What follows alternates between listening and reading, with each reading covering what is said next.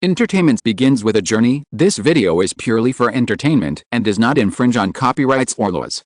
The rights to the novel and image belong to the original author. We do not claim ownership. Don't like waiting and want to listen to this fanfic in full now? Subscribe to our Patreon, where you'll find the best fanfics. Chapter 351 Nutria. The production crew moved slowly, heading south for the entire morning, but they still couldn't penetrate the forest. A small hill flanked each side, with a river flowing through it. Yukai and his team continued along a well-trodden gravel road, rumored to lead deep into Katrina. However, after the construction of the road, hunting trips into the forest became easier, allowing people to drive there instead, saving significant distance. For those familiar with the mountain roads, the journey from the small town where Yukai and his team had previously stayed would take a day and a night to reach the road where the forest cut off. Now, it only takes 4 hours by car. The path was so steep that they had originally walked along the mountainside to avoid the river, but as they continued, the trail became completely obscured by fallen leaves, making it difficult to see the path. The mountains on either side were lush with green, their rugged, rocky cliffs distinct from many other mountains in China. The unique shapes and colors of the forest, rocks, and trees struck a chord, and inspiration struck them, so they quickly went to borrow the director's Sony SLR. Brother Zhao, lend me your camera." Zhaoqi didn't hesitate, untying the strap from his neck and handing it to Yukai. "Here, Xiaoi, are you taking some pictures?" "Yeah, seeing this scenery just got me thinking, and I just want to take a few. I haven't been without my camera in months, and this is the first time I've left it at home. Have you ever seen anyone bring their own camera to a show? Are you traveling?" Yukai shrugged and said nothing. He picked up the camera, examined it, and quickly adjusted the various settings before snapping the shutter at the forest on the other side of the river. The camera had a little automatic color adjustment feature, and the seemingly ordinary forest instantly transformed in Yukai's shot. Across the river, a ridge stretched out like a tail, encircling the river. The river made a right angle here, heading left. The scenery along the ridge wasn't as lush as the left side, but it was still wide and open. Green forests crisscrossed the ridge, and the clear river water washed over the rocky cliffs before changing course to the left. After snapping a few photos, Yukai felt a sense of relief. Zhaoqi took the camera and told Yukai to hurry back and continue shooting. He opened the camera and began to study it, clicking on the previous photo and beginning to study it. He looked up at the scenery before him, then down at the photo in the camera. "Hey, how did Yukai take this photo? Why does it look even better than what I took and tweaked in Photoshop? I was born a photographer, right?" Zhaoqi felt a little hurt, his expression unchanged as he turned off the camera and put it in his bag. No more shooting, boring. Yukai, ahead of him, was already thinking about lunch. Tens of thousands of crocodiles had been released a few years ago, so there must be food in this river, but as a member of a wildlife conservation organization, Yukai wouldn't dare capture them. It would be fine if he were exploring alone, but there were a dozen or 20 other people following him. Hunting certain wild animals in Florida is legal, but it requires a hunting guide. Their team had a hunting guide, and they never put down their rifles. Yukai sighed, thinking of a way to hunt on land. As they went deeper, the forest's animals gradually increased. Yukai had just seen a water snake crawling out of the waterlogged woods. Fearing Li Yi would be frightened, Yukai hadn't mentioned it. If they couldn't catch crocodiles, what other animals were there? Ideally, ones not on the International Wildlife Protection List. For example, wild rabbits aren't listed as internationally protected species, so they're not protected by the organization. After all, their philosophy is to protect the environment, not to abstain from meat. Wild rabbits aren't edible in China, but they're fine in the United States. Still thinking about the delicious rabbit, a shadow passed by. Yukai felt something passing before his eyes and immediately looked over. "It's a nutria!" Yukai shouted. Although Li Yi didn't scream, she was startled by the creature and took a few steps back. Yukai didn't, either. Instead, he lunged forward, trying to catch the little creature. Not to eat it, but simply to see it. Yukai had only seen this creature in books, never in real life. Most animals in zoos are cute, but he had never seen a nutria in any zoo. Seeing Yukai running over, the crew immediately followed. Everyone rushed forward. In fact, no one except Yukai could see what it was. But since Yukai had already passed, it wouldn't be a good idea for the crew to walk slowly. Especially the photographer following Yikai, who had experienced many storms and waves, immediately followed Yikai. The road beneath his feet was uneven, but this didn't affect his swift pace. His eyes were sometimes on Yikai, sometimes on the camera, but he never looked at the road. He squatted down, picked up a stick, ran to the hole where the nutria had gone in, stopped, and poked at the hole with the stick. Yikai also came over and asked, "What's a nutria?" "A rat." "Almost. Much bigger than a rat." It slid right into this hole. Seeing that many of the Chinese photography crew members were confused, Yikai continued to explain, "The nutria is the largest rodent in the world. It's a bit like an otter with a giant rat tail. It's actually quite adorable. I want to see it for myself. Hey, little guy, come out." The guy didn't understand Chinese, only that something had scurried in. He asked, "Did you see it clearly? Is it a rabbit?" "No, it's a nutria," Yikai replied in English. Hansen, the bald man, was delighted and said, "This animal is delicious. I see you brought seasoning. Why don't you grill it? I know how to catch it. Let me do it." No. Yikai said quickly. He just wanted to eat rabbit right now, or maybe pheasant? He didn't know if there were pheasants in Florida. "Don't worry, young man. Florida allows hunting invasive species, which is considered a form of environmental protection. You won't be punished for it." Yikai said with some embarrassment. Nutria was listed on the red list of endangered species in 2006. "I can't eat it, but if you want, it's fine. The law here allows it, and they brought a hunting guide according to the law, so there is no problem. But Yikai really can't eat it." Hansen heard Yikai speak, looked at Yikai, and said with a smile, "Forget it, you are the first Chinese animal protector I have ever met." Yikai emphasized, "An environmental protector." Chapter 352 Archery. Hansen and the others probably didn't know Yikai was with the Wildlife Conservation Association. Environmental organizations in Europe and the US have incredible power, even capable of shutting down a factory in operation. The reason for this is that a protected species was discovered in the area. But Zhaoqi was speechless. "So, are we having a vegetarian lunch? I hired a hunting guide just to help us identify wild vegetables and fruits." Further ahead, at the bend in the river, a massive tree trunk lay across it. It wasn't clear if it had fallen naturally or been man-made, creating a bridge. Everyone could step on it to cross the river. The tree was enormous, and Yikai carefully stomped on it with one foot. It didn't budge, so he stepped on it and crossed the river, following the stream on the other side.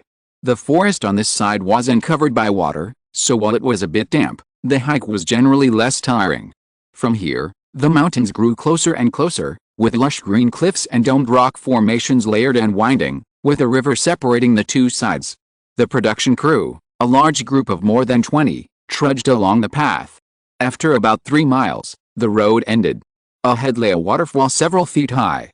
The cliffs sloped down into the river below, leaving no way to climb back up. Yikai glanced around and said, "Is there no way out here? How are we going to get up?" Yikai had led the team, and he was feeling a bit awkward. A straight line is the shortest distance between 2 points, but who knew this line was broken? Now they had no choice but to find a way around it. Yikai glanced at Hansen. The bald man remained motionless. "Let's find a way around it," Yikai said. But soon, Yikai spotted a wild rabbit in the distance. Its alert eyes kept watching the production crew, like a little scout, observing their every move from afar. Spotted by Yikai, it quickly disappeared into the half-man-high bushes. "I saw a rabbit," Yikai said, quickly running over to check for any signs of the rabbit. This area is a flat plain, with only a high rock cliff near the waterfall. This safe environment allows the rabbits here to reproduce rapidly. Yikai came over and found several rabbit nests after a quick inspection. They had to find a way to catch them. Yikai was hungry, and he was surely Yikai was hungry too. The production crew had to find a way on their own. Even if they couldn't find food in the forest, they could eat instant food. The hunting guide asked, "Do you want me to teach you how to make a cage?" "Not yet," Yikai replied, and began to search the area for trees. The hunting guide and a photographer followed Yikai, while the others started to build a fire and prepare lunch. Yikai saw them from a distance, pulling out cans of food one after another. It looked like they were going to have a luxurious lunch. Yikai's main purpose for finding trees was to make a forest bow and arrow. He needed a light and strong branch for the bow and a strong vine for the bowstring. During his search, Yukai spotted several more wild rabbits. There are so many rabbits here. Yukai said to the camera, I came out here to find something suitable to make a bow and arrow, otherwise I'll have to eat instant noodles for lunch. The crew wouldn't ignore Yukai and Li Yai. If they didn't catch anything to eat, they would definitely have instant noodles, but Yukai didn't really want to eat instant noodles. I'm here to explore the forest. Yukai kept thinking this. He plucked a bark from a resilient branch, beat it with a stone into fibers, twisted it into a bowstring, and tied it to the branch. A simple forest bow and arrow was ready. Yukai's archery skills were excellent, ranking first among his mastery skills, right up there with horseback riding, calligraphy, and Chinese painting. But until today, he hadn't had much opportunity to demonstrate his archery prowess. The hunting guide, an American in his 30s named Lloyd Quinn, watched Yukai finish his bow and asked, Can I take a look? That's perfect. It's my first time making it, too. Can you tell me what needs improvement? Unlike the more casual hunters elsewhere, American hunting guides hone their skills solely through bullets and bows. While they no longer use bows, their foundation remains. Stroking the bow, polished smooth by Yukai, Lloyd Quinn said, Improve it? No, it doesn't need improvement. This is just a temporary bow. You've done a great job. There's nothing to improve. After a pause, he smiled and said, I'd actually like to see if there's anything wrong with it, but honestly, my bows and arrows under these conditions might not be as good as yours. He handed the bow to Yukai and said, Here, take it. Now you need to make arrows. Yukai held the bow in his hand and searched the ground for a straight, heavy branch that wasn't too dry. The weight would add stability to the arrow and allow it to travel farther. If possible, he'd need to attach a fang or stone to the arrowhead, but that wasn't feasible right now. Yukai simply sharpened the tip of a branch, which was perfectly sufficient for him. When the bow was completely finished, a line suddenly occurred to Yukai. Let's hunt those trapped in darkness. Lol, that's quite a bit of harm. Bow in left hand, arrow in right, Yukai's entire body was pinned down. The hunting guide and cameraman, knowingly, kept a considerable distance from him. Even from hundreds of meters away, the camera could still capture a close-up of Yukai, it just wasn't as convenient. Seeing movement in the bushes, Yukai immediately threw a stone over. A plump gray rabbit instantly darted out. He drew his bow and drew his arrow, and with a whoosh, the arrow lodged deeply in the mud. Just a little bit off. If I'd known, I should have tried a few more shots first. Just a little bit off, he sighed, but soon spotted his second prey. A small flock of pheasants came into view. Overjoyed, Yukai quietly moved over and hid in the bushes. After taking a few deep breaths, he suddenly stood up and shot an arrow quickly, which hit a pheasant directly and went straight into the ground. If he had a good quality bow and arrow in his hand, he could easily shoot through a wild boar with one arrow. Power and accuracy are the two most important conditions for shooting in the wild. The shooting skills given to Yukai by the system were not for him to play pitching pots. In ancient times, the hunting activities in spring and autumn were the time when this skill was most perfect. Unfortunately, it is no longer useful in modern times. And Yukai could not hunt wild creatures at will. After a while, Yukai returned to the camp with 3 chickens. A large area of the camp had been cleared, and canned food was roasting on the fire. The aroma was fragrant. Li Yai was looking at a bucket of instant noodles with hot water. Seeing this, Yukai smiled and said, Don't stare at the noodles, come and eat something good. Chapter 353 A Day in the Forest. Roasted chickens, impaled on branches, sizzled under the flames, and occasionally, the stale firewood would pop like firecrackers. The crew sat around, unassumingly eating instant noodles and canned food, skeptical that Yukai had shot the 3 chickens with his crude bow and arrow. Yukai figured they didn't trust him. So he stood up, drew his bow and fired at a distant tree trunk. 3 consecutive arrows hit the target, and the crew finally believed in Yukai's abilities. Zhao Qi, on the other hand, pondered what Yukai had said earlier. He'd come here to prove he wasn't weak. After this episode, fewer people would say that, but changing netizens' opinions wouldn't be so easy. Zhao Qi smiled, thinking Yukai's thinking was a bit naive. Just be yourself. How many of those who attack you online can truly affect you?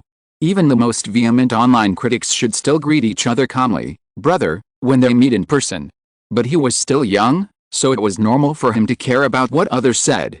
Soon, the meat was grilled and shared among 3 or 4 people. Soon, Only the skeletons of these lovely creatures were left, which Lee Yi dug a pit and buried. They had already been in the forest for several hours.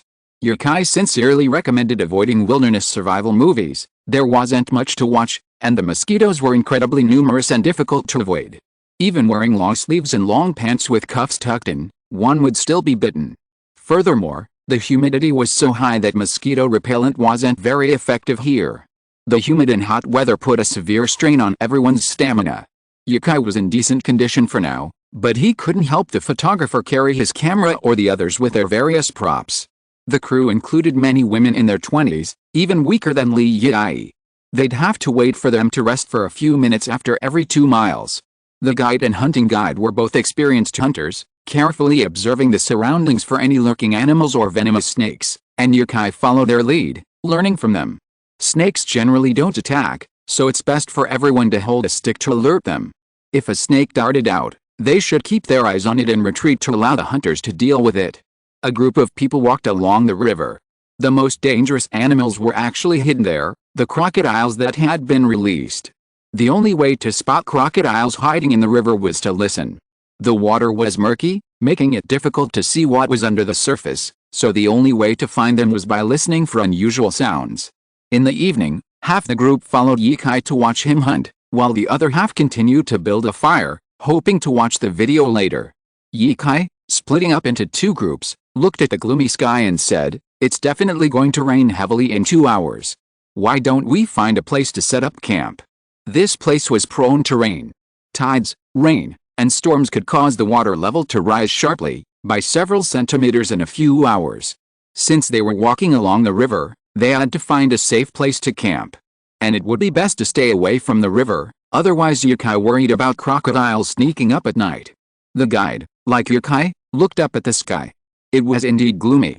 He wasn't sure when it would rain, but the weather in the forest was always unpredictable, so it was best to prepare early. It's possible it might rain. Yi is right. Let's go back. Having caught no prey, the group returned to camp and began looking for a place to set up camp. Unlike Bear Grylls' wilderness survival adventures, Yukai and his friends could sleep in tents in the forest, for which he had Lee Yi to thank. In an open area far from the riverbank, dozens of tents were pitched side by side, and a fire was lit outside. After eating some canned food, the sky quickly darkened, and a heavy rain soon followed, dousing the fire. Everyone had to sleep in their tents. Yukai loved the sound of the rain pounding on the surrounding trees and the sound of the tents. At home, he could fall asleep quickly, but not today. He was a little worried about the girls in the filming crew. He drifted off to sleep, drowsy and unsure of when. He woke twice that night. He heard some people snoring, but nothing seemed to be wrong, so he went back to sleep. When he woke again, it was already dawn. Leaving the tent, Yukai was greeted by a clear blue sky. The surrounding mountains and forests were clearly visible. The nearby mountains stood like swans, while the distant mountains, layered and stacked, made their location seem even more profound. Lee Yi had also risen. Seeing Yukai standing outside the tent admiring the view, she smiled and said, "Good morning." "Well, you too. How was your sleep last night?" Yukai asked. The tents and sleeping bags provided by the crew were excellent. Even after a full night of rain, the warmth in the sleeping bags hadn't dissipated. But Yukai was still a little worried about the others. "I'm very satisfied to be able to sleep this well in the forest," Lee Yi yawned. She wore little makeup, and her eyes looked a little tired, but compared to the dark circles under the eyes of others, she was well rested, and it was only the first day. If all went well, the crew would be able to emerge from the forest tomorrow morning, and everyone was eagerly anticipating that time. Today, along the way, I discovered numerous large pine trees, each requiring 2 or 3 people to wrap their arms around them. The pine nuts were about the size of lotus seeds. Yukai climbed up a tree and ate them. They were incredibly fresh and fragrant. This forest was teeming with trees, stretching out in rows for 100 miles, blocking out the sun. Some towered into the sky, so tall that it was almost impossible to climb. I found a well-trodden path and, using my knife, cut through the thorny underbrush that had grown over the years. I came across an abandoned cabin by the roadside. It must have been a temporary shelter for loggers or hunters.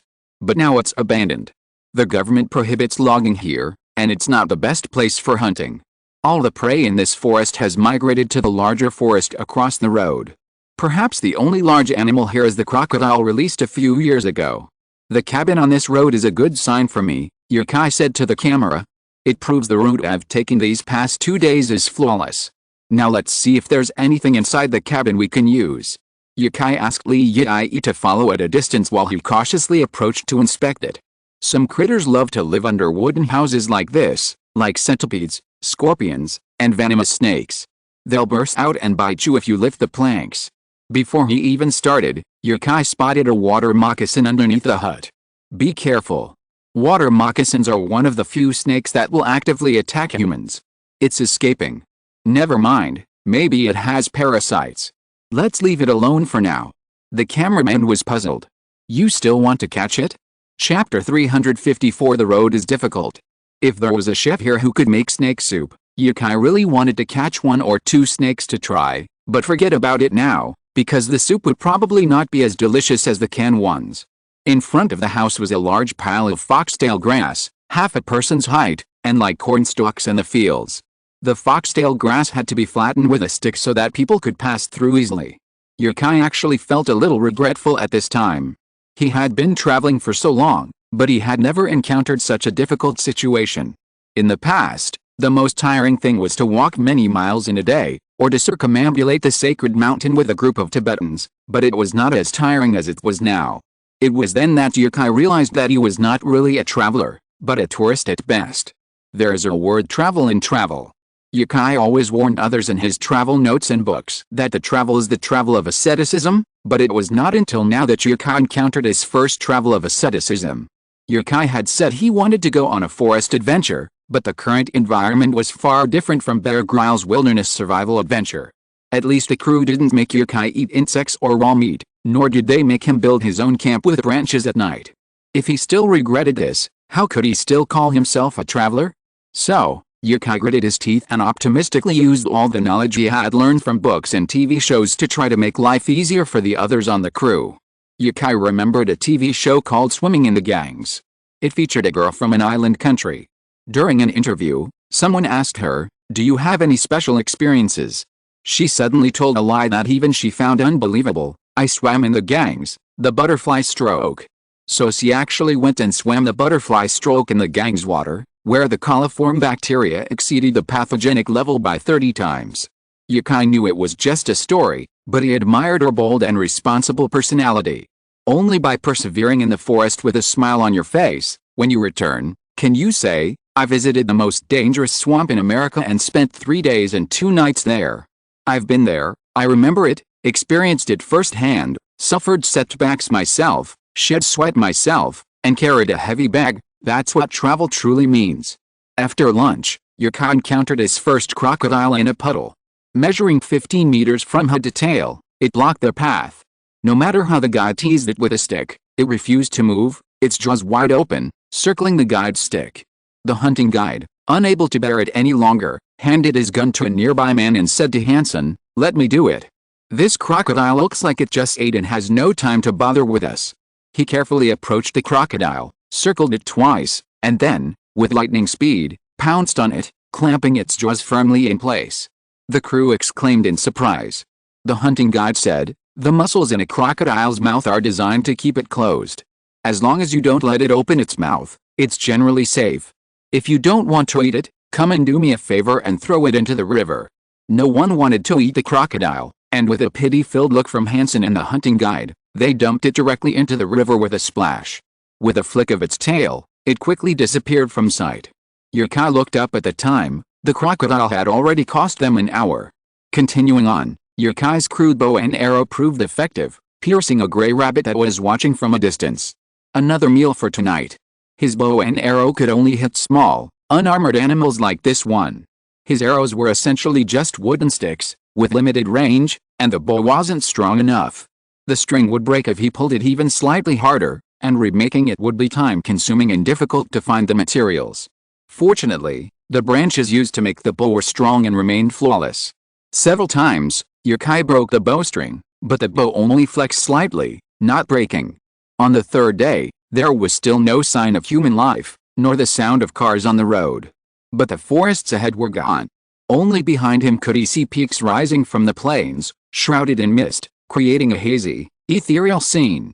2 miles further north, he heard the sound of running back and forth. Upon closer inspection, he discovered a small herd of deer. Hansen was surprised. "I haven't seen deer here in ages. I thought they'd all migrated to the larger forests ahead. After all, this area is rich in resources.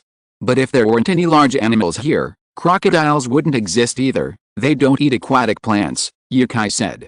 Continuing forward, the river on the left collapsed, like a landslide, and another large waterfall appeared. Standing at the edge of the waterfall, he could already see the road not far away. If there was a road leading directly down, he could reach it in 2 hours. From a distance, Yukai could already see the cruise cars parked on the side of the road. 3 days of forest life, is it almost over? All the girls in the crew were a bit dazed, but then seemed to be rejuvenated. 3 days without a shower in a place like this was almost killing them. They didn't know how this waterfall appeared. They couldn't just walk down. The rocks looked like they had been carved with an axe, with jagged pillars and difficult footing. So they had to take a detour, walking half a circle along the ridge before they found a steep slope leading down. Yukai found some vines in the forest and tied them to a tree. Everyone carefully clambered down, grasping the vines, and it took a while to reach the bottom.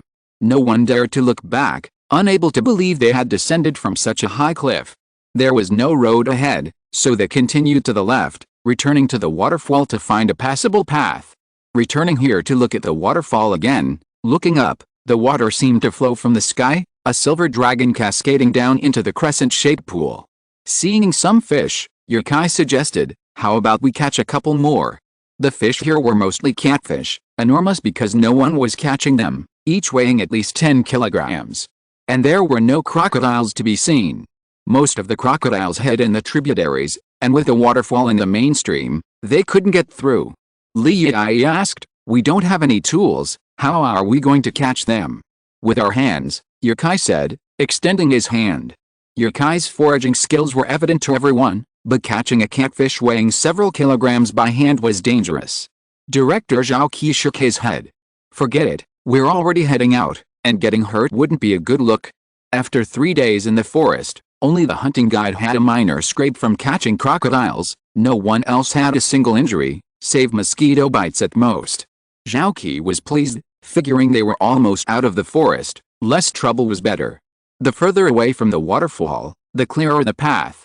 Maybe because some people often take this route to admire the waterfall, the road here is dry and getting farther and farther away from the river, but the highway is visibly getting closer. Chapter 355 Forest recording ends. The further they got toward the road, the less tree cover there became.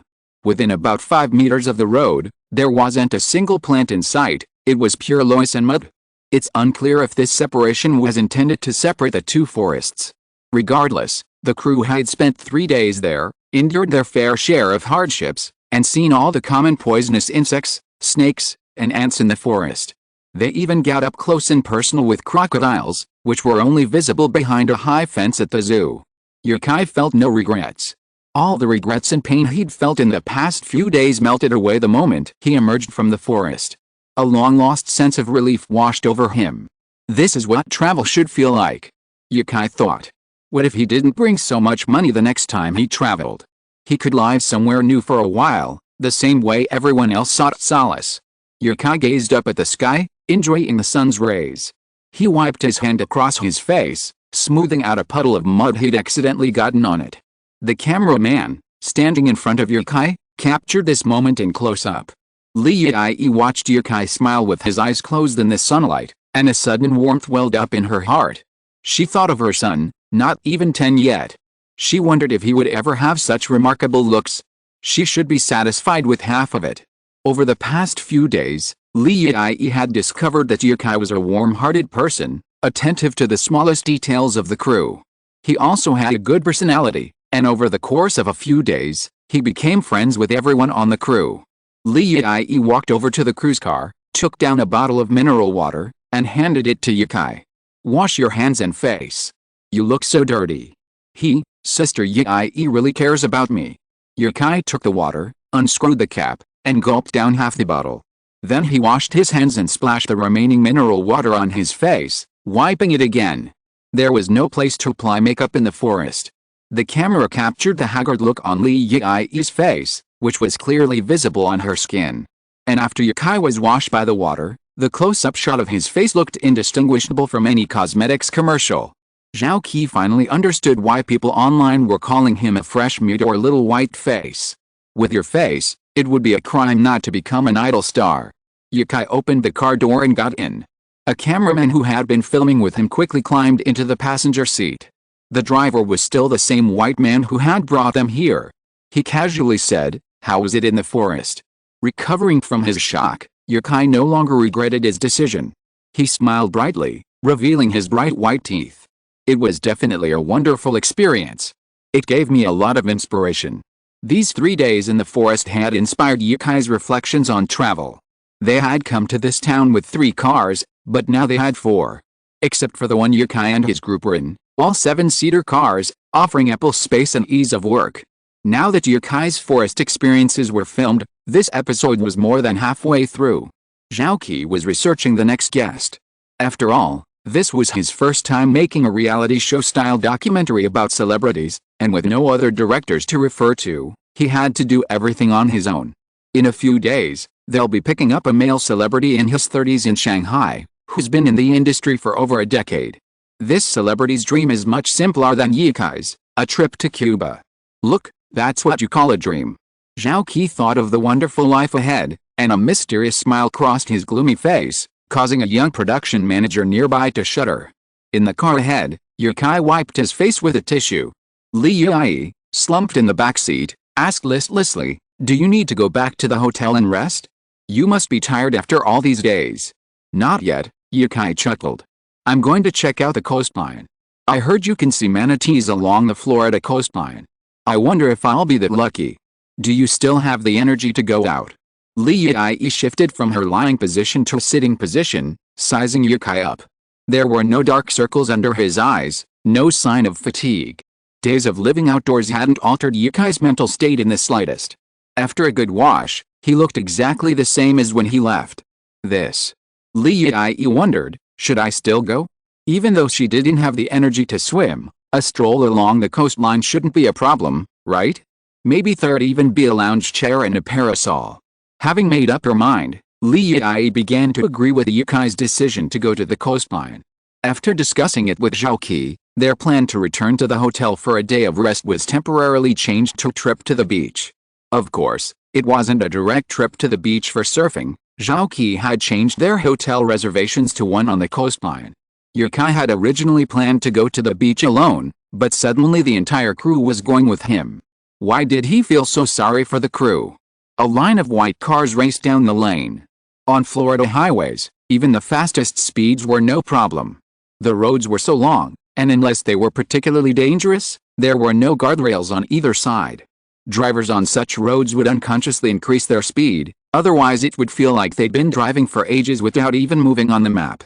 On the way to the beach, they passed a long cross-sea bridge. The road stretched directly over the ocean, and after a while, they arrived at a small island in Florida. This island had hotels, yachts, and beaches. Compared to Saipan, it lacked some of the entertainment options. But right now, Yukai just wanted to swim in the ocean. He didn't want to ride a banana boat or parachute jump. The hotel was 200 meters from the beach, and beyond that, a forest provided shelter from the wind. Further up, the 4-story beach hotel was the main attraction. The production crew had saved several days' worth of accommodation and spent it all on this hotel. After a shower, Yukai didn't wait for lunch. Instead, he bought new swimming trunks and diving goggles at the hotel and headed straight to the beach. After days of sweating in the forest, his body desperately needed water.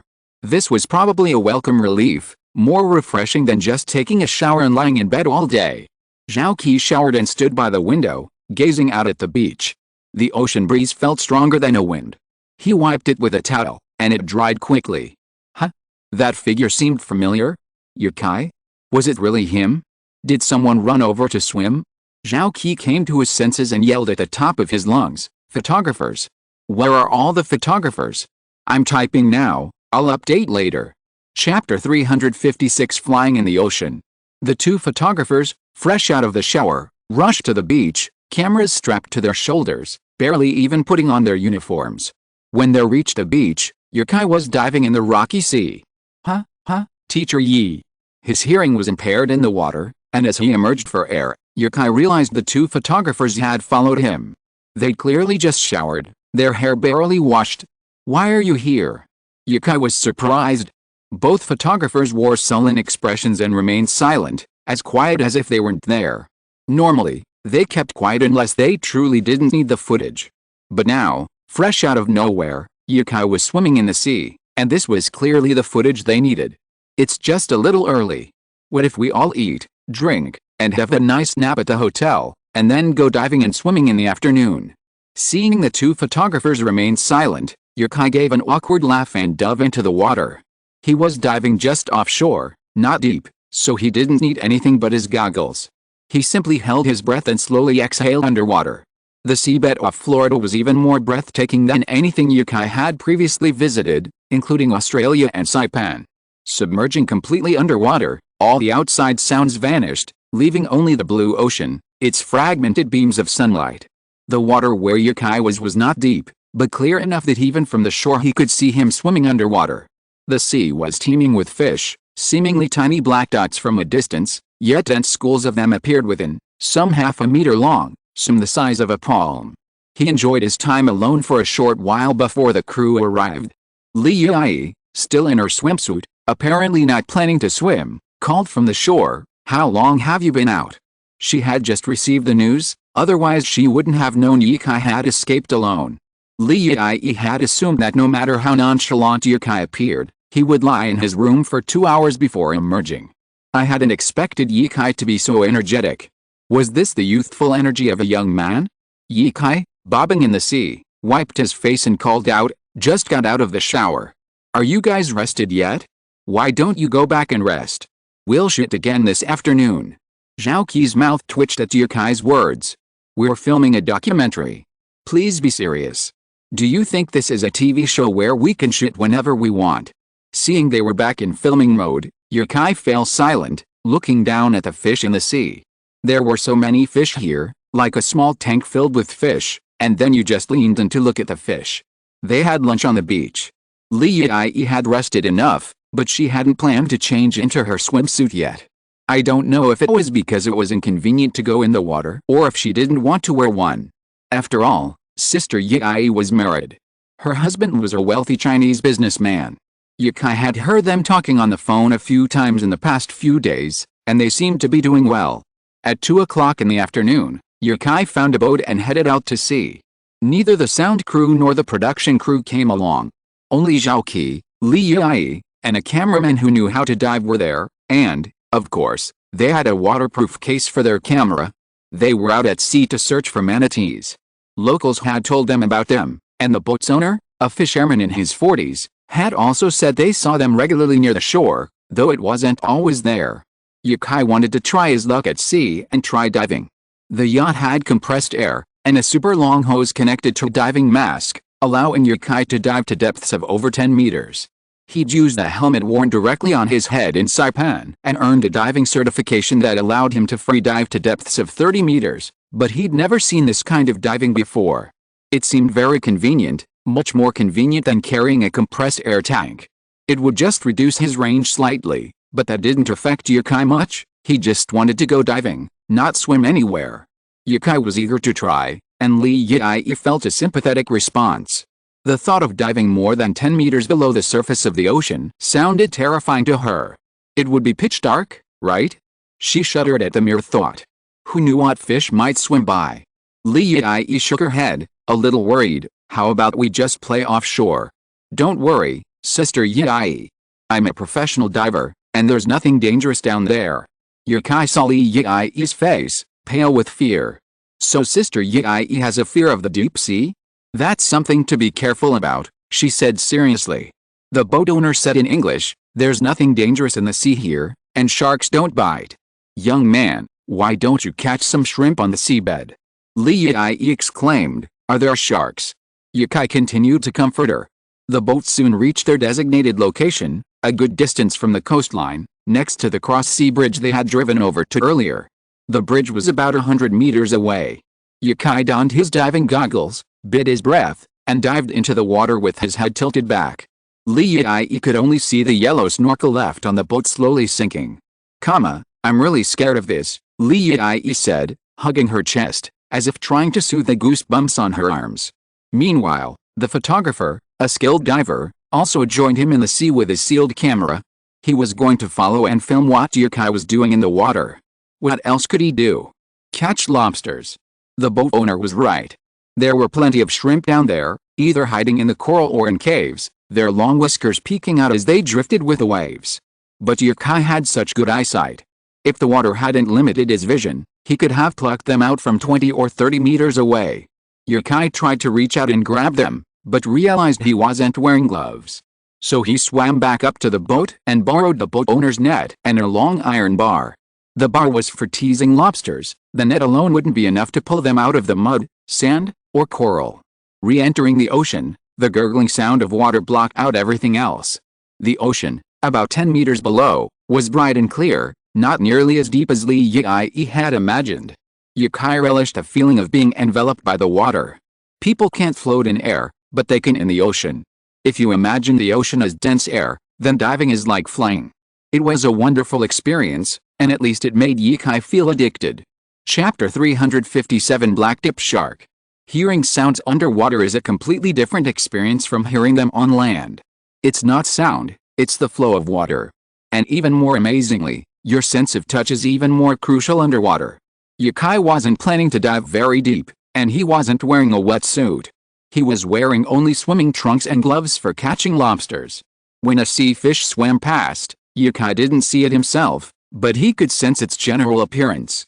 The feeling of the water brushing against the hair on his arm was crystal clear in the water. The dim light on the seabed made it even harder to spot the lobster. Yukai circled the boat and finally found a large lobster. Its two whiskers alone were over 30 centimeters long. It probably weighed 3 or 4 pounds. Yukai thought to himself. Even along the coast, large lobsters are incredibly expensive. A lobster weighing over 3 pounds can fetch thousands of yuan, making it extremely expensive. First, he completely covered the lobster with a net.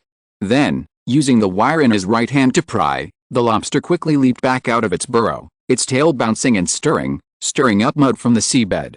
He then switched to holding the net in his right hand and the lobster's shell in his left, slowly swimming upward.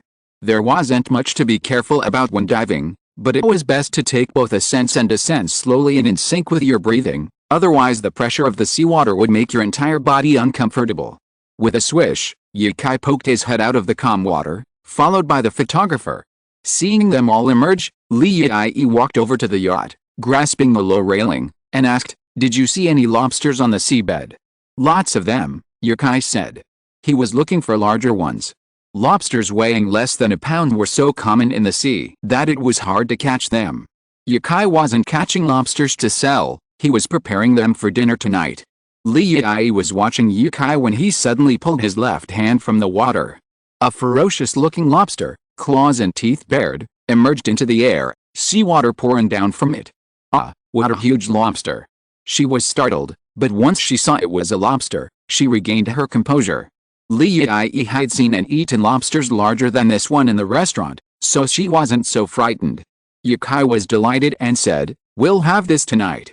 It took a long time to catch it in the water, so we have to savor it. At least 4 dishes, right?" Yukai thought. He'd make some of the lobster meat into sashimi, some steamed, the shrimp brain into steamed eggs, and the shell into soup. Yukai had once had lobster vermicelli soup at a Western restaurant, and the delicious flavor was still fresh in his memory, as if the taste still lingered on his tongue.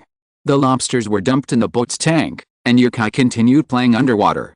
Many of the larger fish showed little fear of him, instead swimming around him. Soon, Yukai spotted a shark over a meter long, carrying 2 smaller sharks on its back. Its leisurely swimming posture was remarkably relaxed. Yukai was no longer so afraid of sharks. Just as he was about to swim over, a hand grabbed Yukai's foot. It was the photographer, waving his hand at him and making a threatening gesture. The photographer knew sharks wouldn't normally attack humans, but how could you know what a less intelligent animal was thinking? Perhaps it suddenly wanted to try something new, to see what you tasted like. What if it suddenly bit you? Yukai gestured to the photographer, signaling it was safe now, and continued swimming towards the shark. Even a complete stranger wouldn't have to worry about a shark not feeding, so Yukai didn't need to worry either. And this was a blacktip shark, which typically feeds on coral reef fish and poses little threat to humans. As soon as the blacktip shark saw Yukai approaching, it immediately approached and circled him. Its calm eyes betrayed no emotion, yet Yukai sensed no aggression. He placed his hands on the shark's back. Finally, he had the chance to truly experience what it felt like to touch a shark. He gently stroked the sides of the shark's head, like petting a puppy. The shark opened its mouth, revealing sharp teeth, but didn't attack. While he didn't understand how sharks respond to pleasure, he instinctively felt that the shark must be feeling comfortable. He'd been scared to death by a shark encounter while learning to dive. Back then, he'd just learned to swim and still had a certain fear of the water, especially since he didn't know much about sharks. As the ancients said, it's human nature to fear things we don't understand. After getting to know them, though still a little nervous, Yukai felt confident and dared to approach some sharks. If the blacktip sharks weren't so small, Yukai might even have considered riding them. But for now, he'd decided to ride a dolphin. Yukai couldn't quite make out the photographer's expression. If you were on land, he'd see him completely pale, like a white man. The temperature outside was perfect for diving. It felt cool, not cold. But the photographer was still shivering. Yukai was a bit too bold, actually daring to hold the shark. After playing enough, they returned to the boat, his skin stained pale from the water. Li Yai handed Yukai a dry towel and asked curiously, "What have you been doing for the past half hour?" "They said we'll run out of air if we don't come up." She wiped her hair vigorously with a towel, then, draped over it, said, "Stroke the shark." Li Yai retreated strategically. "Shark." Zhao Qi also looked over, his eyes stern.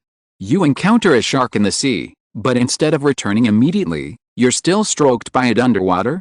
Is that the stroke I understand? Like the one you use for kittens and puppies? Did you encounter a shark?" "Yes," Yukai nodded, then smiled. "This type of shark isn't harmful and is very small, and sharks rarely injure people. Many victims are surfers, so don't be afraid. Many people are afraid of sharks primarily because of American horror films. For example, Jaws, The Meg, and The Shallows. Watching enough of these horror films naturally breeds a fear of sharks. But sharks do look terrifying, and their zombie-like dead fish eyes give the impression they're not to be trifled with." Li Yai and Zhao Qi exchanged a speechless glance. As Yukai searched for a drink, he saw the photographer shivering in a towel, and he gave up the idea of continuing in the water. He was worried he'd catch a cold. He was also puzzled, the water wasn't cold. If you're listening to this novel on a channel other than Fanfic World, it means they downloaded and uploaded it without effort. We cordially invite you to visit our channel, Mundo Fanfic Novelis. There you'll find the original version of this story, and you can explore many other novels of various genres. We're waiting for you to immerse yourself in a world of incredible novels. Chapter 358, Come again next time. Tonight's dinner was, of course, a sumptuous seafood feast. Besides the giant lobster Yukai had caught, Li Yai had also netted 2 grouper from the sea. The crew had already received word of a nearby Chinese restaurant. The owner, a Fuzhou native, was a well-mannered man in his 60s who had moved to Florida 30 years earlier. He was a skilled seafood cook and, for free, helped the crew prepare 2 fish and a giant lobster. Yukai loved the delicious fish soup. He devoured a large bowl of it alone, along with a generous portion of lobster vermicelli soup. He felt full even when he went to bed. Since the show's filming had concluded, everyone had drunk a lot of wine at dinner tonight. Yukai drowsily returned to his room, took a quick shower, and went to bed. Perhaps because these past few days had been so different from his previous travels, he even dreamed of being in the wilderness. But dreams weren't as comfortable as reality. While dozens of crew members helped him through any difficulties, Yukai had to face them all alone. In his dreams, he lost track of time. Yukai remembered only that he had walked for ages in the forest. Now, he had to cross a bottomless river, murky and reeking of stench. But the exit was just the other side. Holding back the stench, Yukai gradually stepped into the black mud below. Just then, a python, unfazed by Yukai's natural aura, opened its maw and bit him. Is that a snake? No, it's a mythical dragon. Yukai was startled awake, and the urge to vomit immediately overwhelmed him. He couldn't tell if it was from the excessive alcohol he'd drunk the night before, or the stench in his dream being so clear and overwhelming. 10 minutes later, Yukai rinsed his mouth and returned to bed. It was still dark outside the window, but he felt no more sleep. Thinking about his recent jungle adventures and the fragmented memories in his dreams, a thought that frightened even him came to him. I want to truly walk out of the jungle, out of the wilderness, all on my own. The production crew, numbering over 20, had found a simple swamp forest among the many dangerous jungles and deserts of America and hired a guide and a hunting guide. The hunting guide was a tough guy who could subdue a crocodile with his bare hands, no gun needed. Was this the wilderness trip he'd been dreaming of? It was no different than heading into the jungle with 20 nannies. Yukai suddenly recalled the excitement he'd felt when he'd walked out of the jungle today. If he'd been alone for the past few days, living alone in the jungle and finally breaking out, wouldn't that feeling have been even more wonderful? Yukai sighed, withdrew his gaze from the window, and tucked himself back into the quilt, letting the air conditioning continue to blaze through the room. Go to sleep, I have to return home tomorrow. But as he closed his eyes, Yukai made a decision. He must travel alone to a desert someday, whether it be a desert or a mountain forest. Yukai wanted to relive that feeling of welcoming a new life. July 31st. Yukai returned to China from the United States. The Dream Life production team flew directly to Shanghai to pick up the second guest, while Yukai returned to Chengdu alone. Whatever time he'd stolen in the air on his way there, he would have to pay back upon his return to China. Besides the 10+ hours of flight time, and the added jet lag, it took Yukai a full day to reach China. Anyone else would have worried about jet lag, having just slept in the plane, and arriving in China at night. At that point, there were only two choices: sleep in for another night, or have a good time. Yukai, of course, chose a good time. He spent most of the evening playing games, while Saoirse slept soundly in bed. Not everything goes as planned. Over the next few days, Yukai took Saoirse to several scenic spots around Chengdu, such as Qingchang Mountain and Luode Ancient Town. On August 10th, Yukai dropped Saoirse off at the airport. This trip to China was probably the longest they'd spent together. The last time they'd spent this much time together was before she even started university. Airports, train stations, and train stations are probably the places that witness the most partings in a city. In the airport parking lot, Yukai and Saoirse stepped out, closed the car door, and grabbed their luggage. Suddenly, Yukai felt a strong sense of reluctance to leave. Saoirse took the suitcase from Yukai, then, upon seeing his expression, pinched his cheek. Yukai brushed her off, then smiled and said, "You're reluctant? You're already missing me before I even leave? I'm not as good as you in that regard." "I'll have to get used to it," Yukai said with some resignation. Writers are generally more emotional than the average person, and Yukai is no exception. Family and love occupy a large part of his heart, and every parting is filled with reluctance. Saoirse made a face, trying to make Yukai laugh, but when it didn't work, she rolled her eyes and said, "Let's go, let's take a plane." After a few steps, she suddenly turned back and took Yukai's hand, walking towards the airport one after the other. "Haha, I've been watching a lot of Chinese TV lately. The Chinese people are so interesting. Joe told me about the domineering CEOs. Why don't you learn from them? I can't find many domineering CEOs in TV shows all over China." Yukai was at a loss for words. Yukai's reluctance was finally overwhelmed. He couldn't bear to leave, but Saoirse would? "She's trying so hard to make you happy, and you're still here being sad and gloomy. Isn't that annoying?" Tickets, baggage check, security check. The parting kiss lasted a full 30 seconds. Yukai felt countless eyes on them. He quickly let go of Saoirse and pulled his mask up. "Haha, let's go, my big star, you have to miss me." Saoirse laughed as she passed the security check and hurriedly walked towards the waiting room with her luggage. She stopped as soon as she turned the corner of the corridor. She looked down at the necklace that Yukai gave her on her chest. The warmth of the necklace flowed into her heart. Warm? She smiled silently and continued to walk towards the waiting room. The good life should end. She should practice her violin well. She can also become a celebrity like Yi. The biggest shock she received when she came to China this time was Yukai's popularity in China. Even going downstairs to eat requires wearing a mask and a hat, which makes Saoirse very envious. She has also released a music album and the response is not bad, but she can't see a fan on the street. "The next time we meet, I will definitely give you a surprise. The network in the community was down last night. Chapter 359 Philae Peak. The sun blazed down in China, while in Australia, in the southern hemisphere, winter was in full swing. Outside Ben Dinnen's house, a heavy rain fell. Little Princess Lilith stood by the window, watching the doghouse in the yard, worried about the dog getting wet. After a while, Lilith trotted over to Dinnen, clutching her toy. Looking up, she asked, "Daddy, what are you doing? Should we bring the bullets inside?" Dinnen picked her up and said gently, "Don't worry, the bullets are safe now. I'm looking at the photos Uncle Yi sent me." Look. On his laptop, Dinnen's email was displayed. The photos, which she had sent, were enlarged to fill the entire screen. In the photo, waves crashed against the wall, the scattered spray reaching over 10 meters high.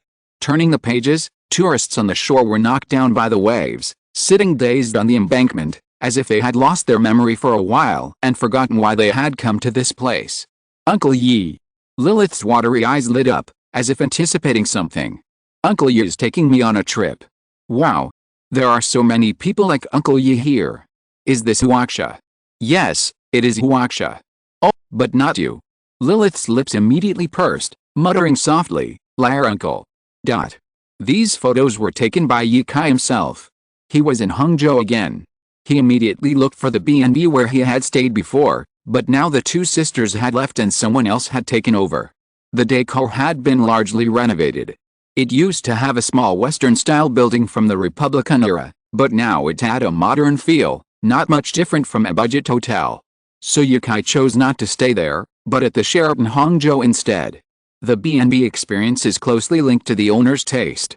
It can even be said that the owner's aesthetic taste directly determines the success of a B&B. Thanks to convenient transportation now, even if you live thousands of meters from a scenic spot, you can still get there in 10 minutes by taxi. Now that the B&B business is no longer restricted by geographic location, B&B residents are more concerned about the decor and the living experience. With the prevalence of review apps, it's easy to check the quality of a newly opened B&B online. In the cafe downstairs from the hotel, Ye Kai was communicating with Dinnen on his laptop. "Have you seen the photos? It's between the two flood seasons, so the tides are relatively stable, not too strong to surf, but not too calm either." The computer beeped. "Dinnen, I see, but surfing in a place like this is still a bit dangerous. Are you really going to sponsor this event?" "Yes, it's confirmed." Ye Kai, a seasoned surfer himself, had his own assessment of the danger of waves. The Kayantang River tide looked dangerous, but it wasn't actually as high as the ocean's tens of meters. What was the danger of surfing here? The danger was that if you didn't manage the wave's trajectory and were swept ashore, the consequences would be far more than a shattered body. However, the invited surfers weren't completely unfamiliar with the waves, so while it might seem dangerous, it was actually safer than many extreme sports. Dancing wildly on danger, that's the most appealing aspect of extreme sports. Ye Kai wanted to leverage this to further popularize the King Niu concept in sports. This was a promotional campaign he'd been planning for about half a year. If successful, it would be even more effective than simply running a TV ad. After all, people love to watch the action. Foreigners' daring behavior abroad doesn't get much coverage in China, but if they all gather in China to do it, the traffic would be enormous. After chatting with Dinnen, Ye Kai packaged all the information about the Kayantang River and sent it to Dinnen. Dinnen would help Ye Kai connect with extreme surfers from other countries, while Ye Kai would take care of all the athletes' worries in China. Things like accommodation, venues, insurance, and so on. He tapped his laptop and took a sip of his now cold coffee. After completing this campaign, there was nothing else he needed to do this year. Outside the window was a busy street. In any city, the new and old parts of the city have completely different character styles. The new part is youthful and busy, the old part is lazy and comfortable. This contrast is particularly evident in Chengdu. Arriving in the old city, you'll find numerous tea houses and mahjong parlors. If it weren't for the recent crackdown, the entire area beneath the city wall would be filled with mahjong tables. Hangzhou is no exception. Yesterday, Ye Kai strolled around Hefton Street, where he saw a wealth of folk art. There were cloth and silk, tea leaves and scissors, umbrellas and shoes. The scenery along the way was quite picturesque. He returned to the hotel, put his computer away, and went downstairs to find his car. Hangzhou has so many attractions. Last time, I only visited West Lake, but the entire West Lake area is a vast expanse, and even a week-long tour wouldn't be enough to see it all. After getting in the car, Yukai told the driver, "Let's go to Lingayen Temple." Lingayen Temple is located on the backside of the West Lake area, within the Philae Peak Scenic Area. There are also 2 other temples in the area, but neither is as famous as Lingayen Temple. The entire west side of West Lake is surrounded by mountains. To reach Lingayen Temple, Yukai had to pass through a long tunnel carved through the mountains, nearly 3 kilometers long. Before this road existed, reaching Philae Peak Scenic Area required entering from West Lake's Nanshan Road and Bishan Road, a drive that would have taken at least an hour or 2 longer. The scenic area here isn't as crowded as the surrounding area, and the driveway is narrow, barely accommodating more than 1 car at a time. The brickwork and stonework on the ground have a distinctly ancient feel, with only some manhole covers appearing relatively new, though they must have been in use for over a decade. The surrounding houses are mostly nestled among a variety of greenery. Yukai felt that these areas must have once been the retreats of famous hermits from ancient Suzhou and Hangzhou. The scenery was breathtaking, and the temperature felt a few degrees lower. The driver brought Yukai to a 3-way intersection. Further up the road was Lingayen Temple, which could be taken directly out of the area. The beauty of West Lake is unheard of by every Chinese. Yet, many people assume that West Lake is simply the lake itself. This belief is shared by many tourists who have visited the area. Lingayen Temple is located on Philae Peak, which is itself within West Lake. Without someone telling you, how could anyone know the renowned Lingayen Temple was within West Lake? Tickets for Philae Peak can be purchased online. After queuing to enter the scenic area, I walked for about a few minutes before I saw the walls of Lingayen Temple. Yukai didn't go in directly, though, preferring to explore the surroundings first. Even just looking at the walls revealed a large temple. While not as internationally renowned as Shaolin Temple, it's more secluded and tranquil. The air is less crowded with people and more filled with the scent of incense. There weren't many tourists, and everyone was polite and quiet, taking photos and exploring the area at a leisurely pace. Chapter 360, An Adventure in Lingayen. The mountain was cooler than Hangzhou, but still quite hot. The pavilions along the way were practically empty, they were all packed.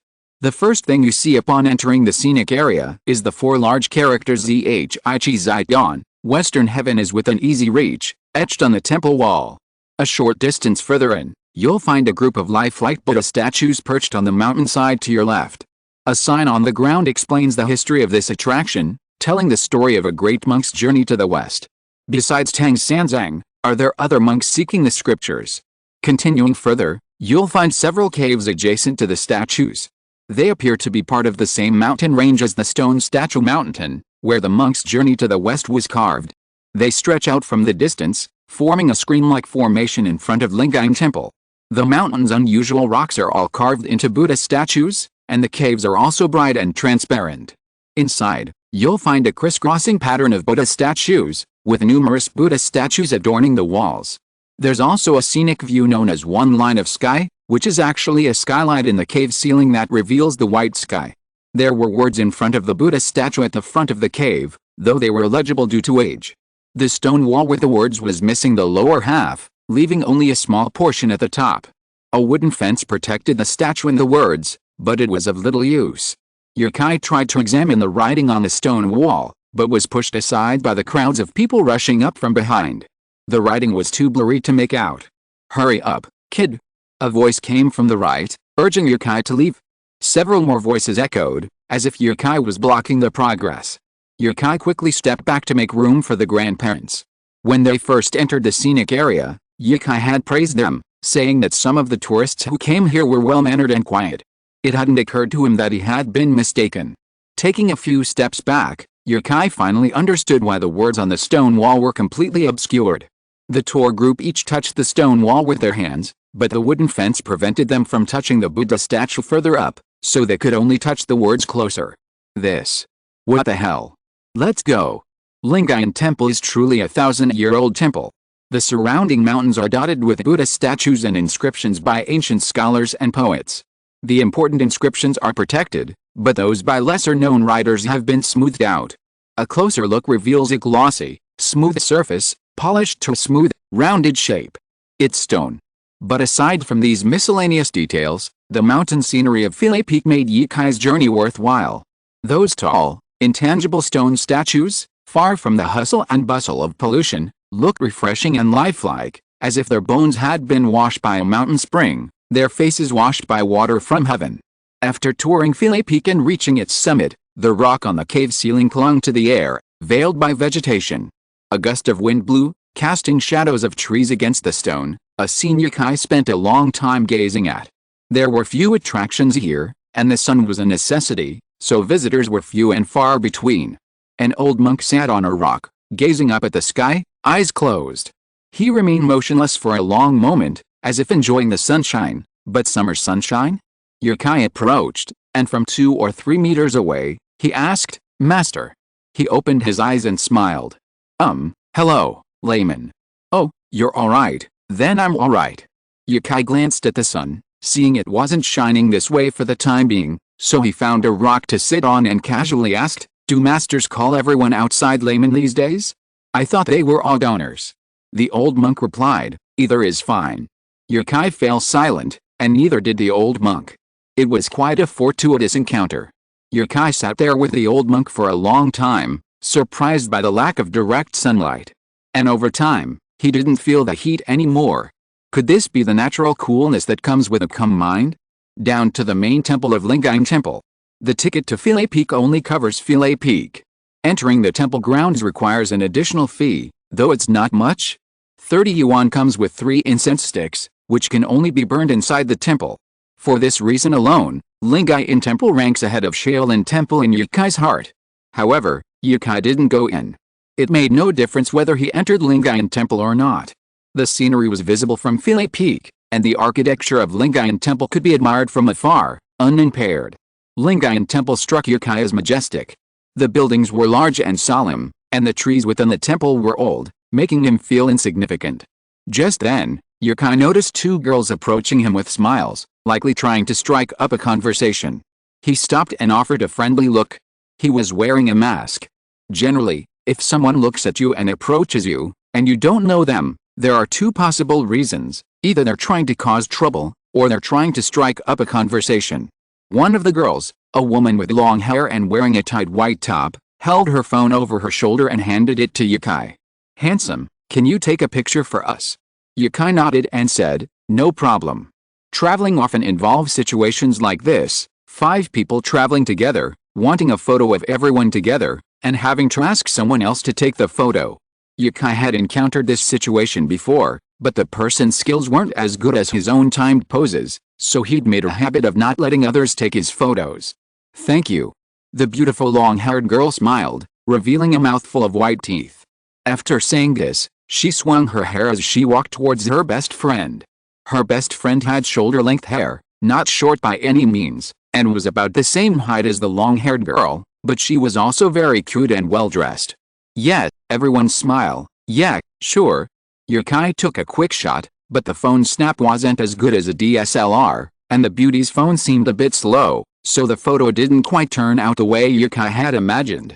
Before he could even say he wanted to take another photo, the girl came running over, posing as if holding a phone, and said with a smile, "Thank you, handsome. My name is Huzu, how about you?" She was looking down at the photo as she spoke. The angle of the photo was perfect, showing off both of their strengths, Huzu's sexiness and charm, and her bestie's freshness and cuteness. "Your photography skills are pretty good." Being praised, Yukai felt secretly happy and said, "It's okay. The phone's effect is average. If the photo could be taken faster, it would be better." Huzu nodded thoughtfully and asked, "Your camera isn't cheap, is it? Are you a professional photographer?" Yukai didn't dare to brag about his expertise, and said modestly, "It's okay. I can only say that I like taking photos. I'm a seasoned enthusiast." "From your accent, you seem to be from the north." Huzu didn't answer, but asked, "I just need a set of photos to put on my moments. I'm a part-time model. How about we add each other on WeChat and give each other a try?" Chapter 361 Traveling Together. Mutual exemption. This wasn't the first time Yukai had heard the term. It was a term often used in photography circles. As the name suggests, mutual exemption means both parties are free, with no money required. Don't get me wrong, this no money means the photographer doesn't have to pay the model, and the model doesn't have to pay the photographer for the photos they want. This is called mutual exemption. Besides mutual exemption, there are many interesting terms in photography. Before Yukai acquired the system and was still fascinated by photographers, one of his favorites was private photography. Ahem. I've strayed off topic. Seeing Yukai still hadn't answered her, Huzu frowned worriedly and asked, "Is it impossible?" "Not impossible, but it's really inconvenient." Yukai felt a little embarrassed, but he couldn't refuse outright.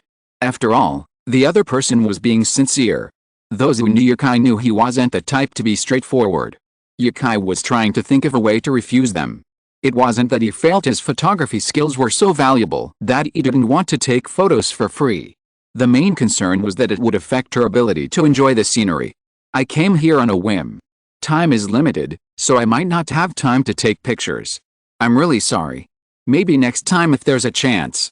Hearing Yukai's gentle voice, Huzu smiled even more happily and said quickly, "It's okay, it's okay. I don't need to go anywhere else to take pictures. Just take a few pictures here." "Handsome, are you here alone?" "Huh? Yes. That's great. I'm here with a friend too, just the two of us." At this point, Huzu turned around and called out, "Zyod, come here." Yukai was confused. Hadn't he just said no? When the person Huzu called Zyod came over, Huzu tugged on her arm, pulling her between herself and Yukai, introducing her. "Her name is Gu Zyod.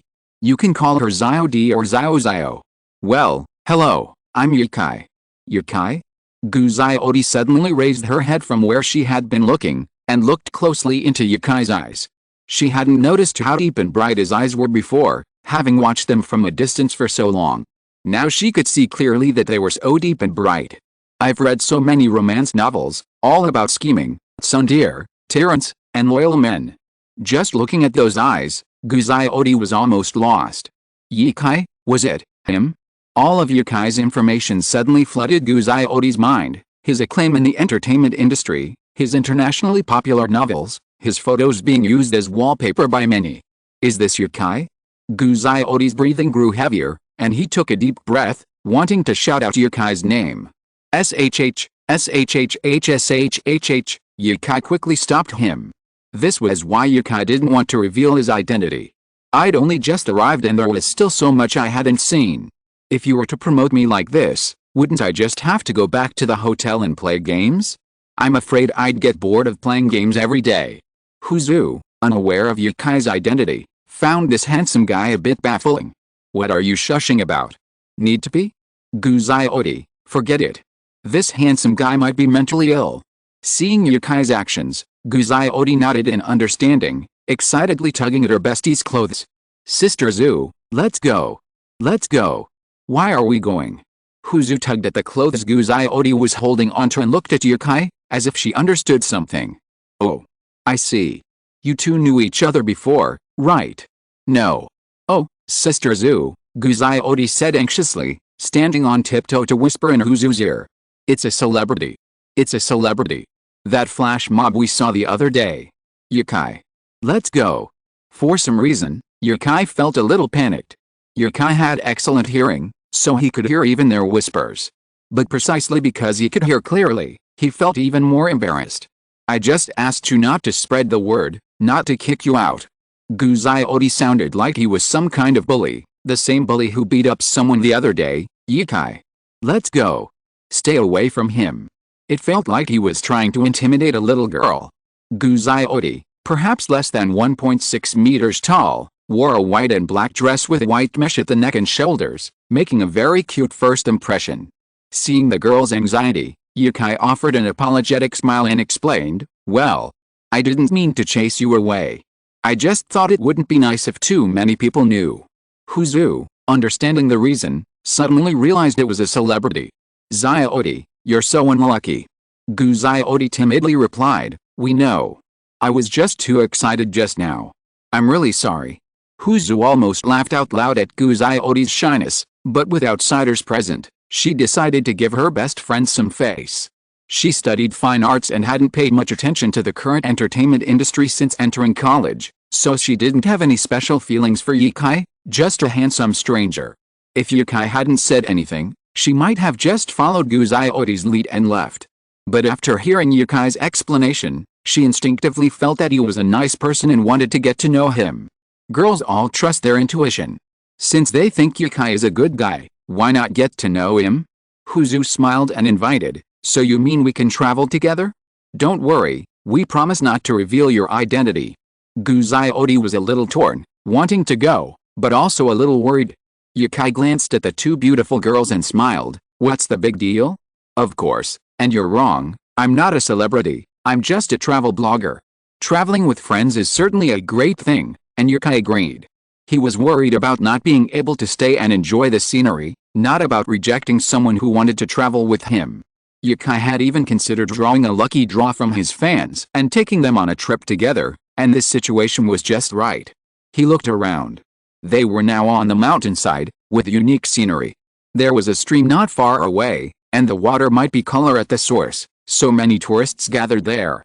Yukai found a good spot and said to the two girls, "Aren't you going to kiss each other? Come, I'll take some pictures of you." Huzu readily agreed.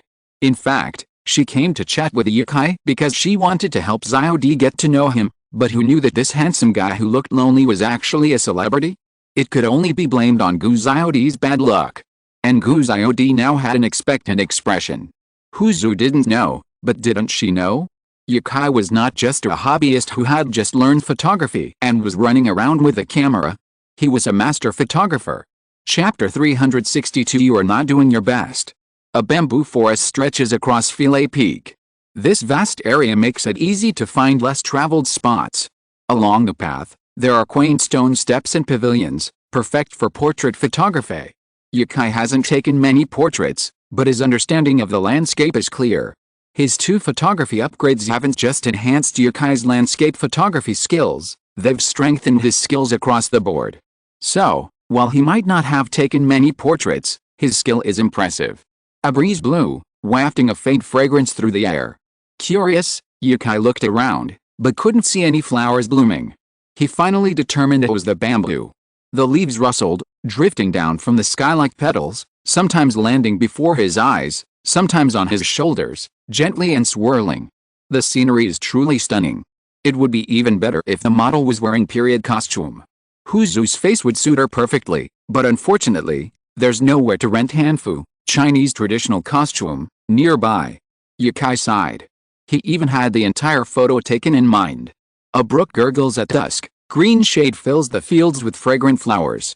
A leisurely morning, nothing to do, sitting down to sip fragrant tea and read an ancient book. What a beautiful scene. Too bad I can't capture it. But with such a beautiful view, modern photos should be just as good. Adjusting his camera, Yukai pointed to a spot and said, "Right here. Huzu, go first. Strike a few poses for me." There was something quite interesting. Beautiful women with both good looks and temperament seem to have a natural knack for finding the camera. They may not know how to take photos, or understand parameters and lighting, but they definitely understand lenses. Perhaps this is the magic of confidence. So Yukai stopped directing, letting Huzu take control. Someone who could say something like "please excuse me" was at least not completely clueless about photography. "Oh, here." Huzu nodded, walked over, glanced at the camera in Yukai's hand, tossed her hair crisply, closed her eyes, and smiled at the sky. The sunlight bathed her face, making her an already fair skin seem to glow. She truly understood the camera. Yukai quickly snapped the photo, and then Huzu changed into a different pose, which also facilitated the photoshoot. "How long have you been a model?" "You're amazing," Yukai asked during the photoshoot. Huzu's poses were full of subtle movements, all of which were perfectly coordinated with the photographer's. Yukai suspected this was related to the part-time modeling Huzu had mentioned earlier. There are still many photographers these days, not only those in the profession, but also countless amateurs preparing to enter the photography world. To transition from an amateur photographer to a profitable photographer, you must have your own portfolio, otherwise, how can anyone trust your photography? Most photographers build their reputation by booking photos with models and then promoting them online. This has led to the rapid growth of part-time modeling. For those who are attractive, working as a part-time photography model during college is definitely a lucrative job, but it also comes with risks. You have to be careful about the location of the photoshoot. Whether you're a boy or a girl, if you're attractive, take good care of yourself when out and about. Photographing Guziodi was much more challenging, But with Huzu's help and guidance, she quickly produced several photos that perfectly suited her personality. One was sexy and charming, the other cute and well-behaved. This made Ye Kai sigh. Our Chinese soil is truly nourishing, with so many beautiful women appearing in abundance. The three of them found a gazebo to sit down. Ye Kai flipped through the photos he'd just taken, wondering how he could make them look even better. A simple online search would yield numerous portraits, but the ones you consider the most beautiful, the ones with the most artistic feel, were often photos that had been post-processed. Ye Kai wasn't going to use these photos for a competition, so of course he wanted to make them look even better. These photos are great. Let me add you on WeChat. I'll edit them and send them to you when I get back. Gu Xiaodi couldn't believe how easy it was to get Ye Kai's WeChat. How impressive it would be if he told anyone. No, this had to remain a secret, as he'd promised. After resting and exiting the gazebo, it was time for dinner. A light rain began to fall, but Ye Kai figured it would only last half an hour. Not only was the rain mild, it actually lowered the temperature in the mountains, making the weather even cooler. Most tourists were more than pleased with the rain, and in fact, even more excited, because Philae Peak in the rain was even more beautiful. The rain-soaked ground, washing away all the impurities and revealing vibrant colors. The spring in front of Lingayan Temple seemed shrouded in a layer of mist, giving it an ethereal look. Lingayan Temple is also known as Yunlin Zen Temple, perhaps because of this layer of clouds. As they toured, time gradually grew late. Ye Kai led the two along the road leading to the three Shiansu temples. This road was lined with ghost houses, tea houses, and folk shops, all surrounded by lush greenery. Gu Xiaodi lagged behind, watching Huzu and Ye Kai chatting and laughing. She felt envious. Huzu's extroverted personality, or perhaps even outspoken? This made her extremely popular at school, with many friends, both male and female. Her hobby, helping her sisters find their partners. She had just mentioned that guy was handsome, and Huzu had volunteered to ask for his WeChat ID, and it seemed she had achieved her goal. Since it was Ye Kai's words, Gu Xiaodi gave up the little thought in her heart. Everyone who follows Ye Kai on Weibo and Bilibili knows that Ye Kai's girlfriend is a beautiful and stable Irish girl, and it's impossible to poach her for the time being. But being friends is fine, but what can she do now? Ye Kai will be going back to the hotel after dinner, right? I probably won't have the chance to see him again. Brother Ye said he would treat us to dinner, why don't I treat him? The vegetarian dishes here are very famous, why don't I invite Brother Ye to try them? Gu Xiaodi's thoughts raced. She also wanted to chat with Ye Kai. It's clearly a movie about three people, why can't I have a name? Ye Kai suddenly stopped, looked at the shop in front and said, we're here at Tea Village. I just saw this shop on the review website and heard that the food is very good. How about this place? Gu Xiaodi just remembered the name of the vegetarian restaurant she ate at last time. Is that confirmed? Brother Yi, would you like to consider it? Huzu said it didn't matter where they ate. She looked at Gu Xiaodi with a smile and said, we have a local here. It must be right to let her find a place. When Ye Kai looked over, Gu Xiaodi forgot what he wanted to say. He nodded mechanically and said, here, this place is also good. Gu Xiaodi, you are not doing your best. Chapter 363 This Taste. Tea Man Village isn't a village, but the name of a shop. This shop is located on the roadside, surrounded by greenery like the surrounding buildings. The overall structure is a square wooden house, resembling a small courtyard house. The restaurant's exterior looks unassuming, not much different from many other shops nearby, but it's doing brisk business, packed with diners. Tea Man Village is highly rated on review websites. Ye Kai had no idea where it was, but by chance he stumbled upon it. So, let's have dinner here. After waiting outside for about half an hour, a waitress approached and said, we have a table. Sorry to have kept you waiting. The waitress's words, tinged with local dialect, were quite amusing. Ye Kai nodded and said, it's okay, as long as there's food, haha. Of course there's food. There are two dining options at this restaurant. One is inside the house, such as in a private room or the main hall, and the other is in the center. What's the difference? The restaurant was designed like a courtyard, with an open-air center area housing about 8 tables. Despite the spaciousness, it wasn't crowded. Seeing the open-air setting, Huzu asked, perplexed, won't it rain? Ye Kai, seeing through the mystery, gestured toward the roof and said, look, it's glass, so it's just like eating inside a house. Vines grew on the glass, and without a closer look, one might have thought they were held up by a trellis. The air conditioning was on full blast, so Yukai didn't feel the heat at all. Dining here felt like being in a cozy glass house, enjoying a meal in the shade and sunshine. The waitress first handed Huzu the menu, but she pushed it directly towards Yukai, saying, "I don't know what to order either. Just order." Yukai's appetite was whetted by the pictures on the menu, so he took it and said, "Well, I won't be polite then. They all look great." The menu was extensive, spanning several pages, and each dish was carefully designed to appear unique and delicious.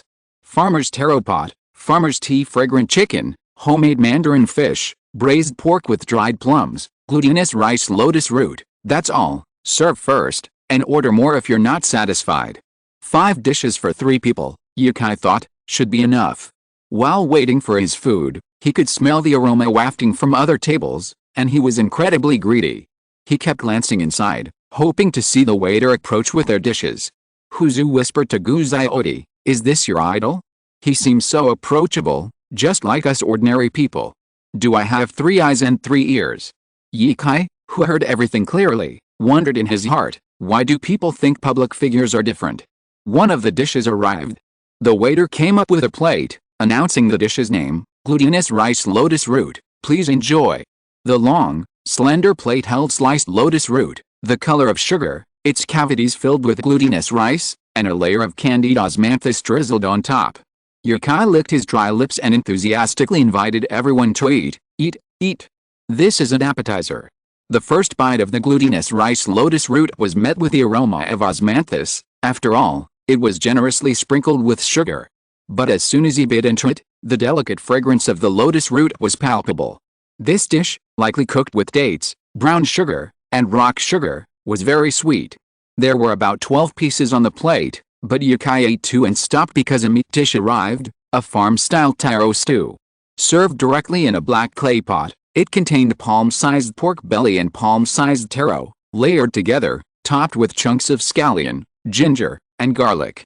The meat and taro were so tender that the pork belly could be separated with chopsticks.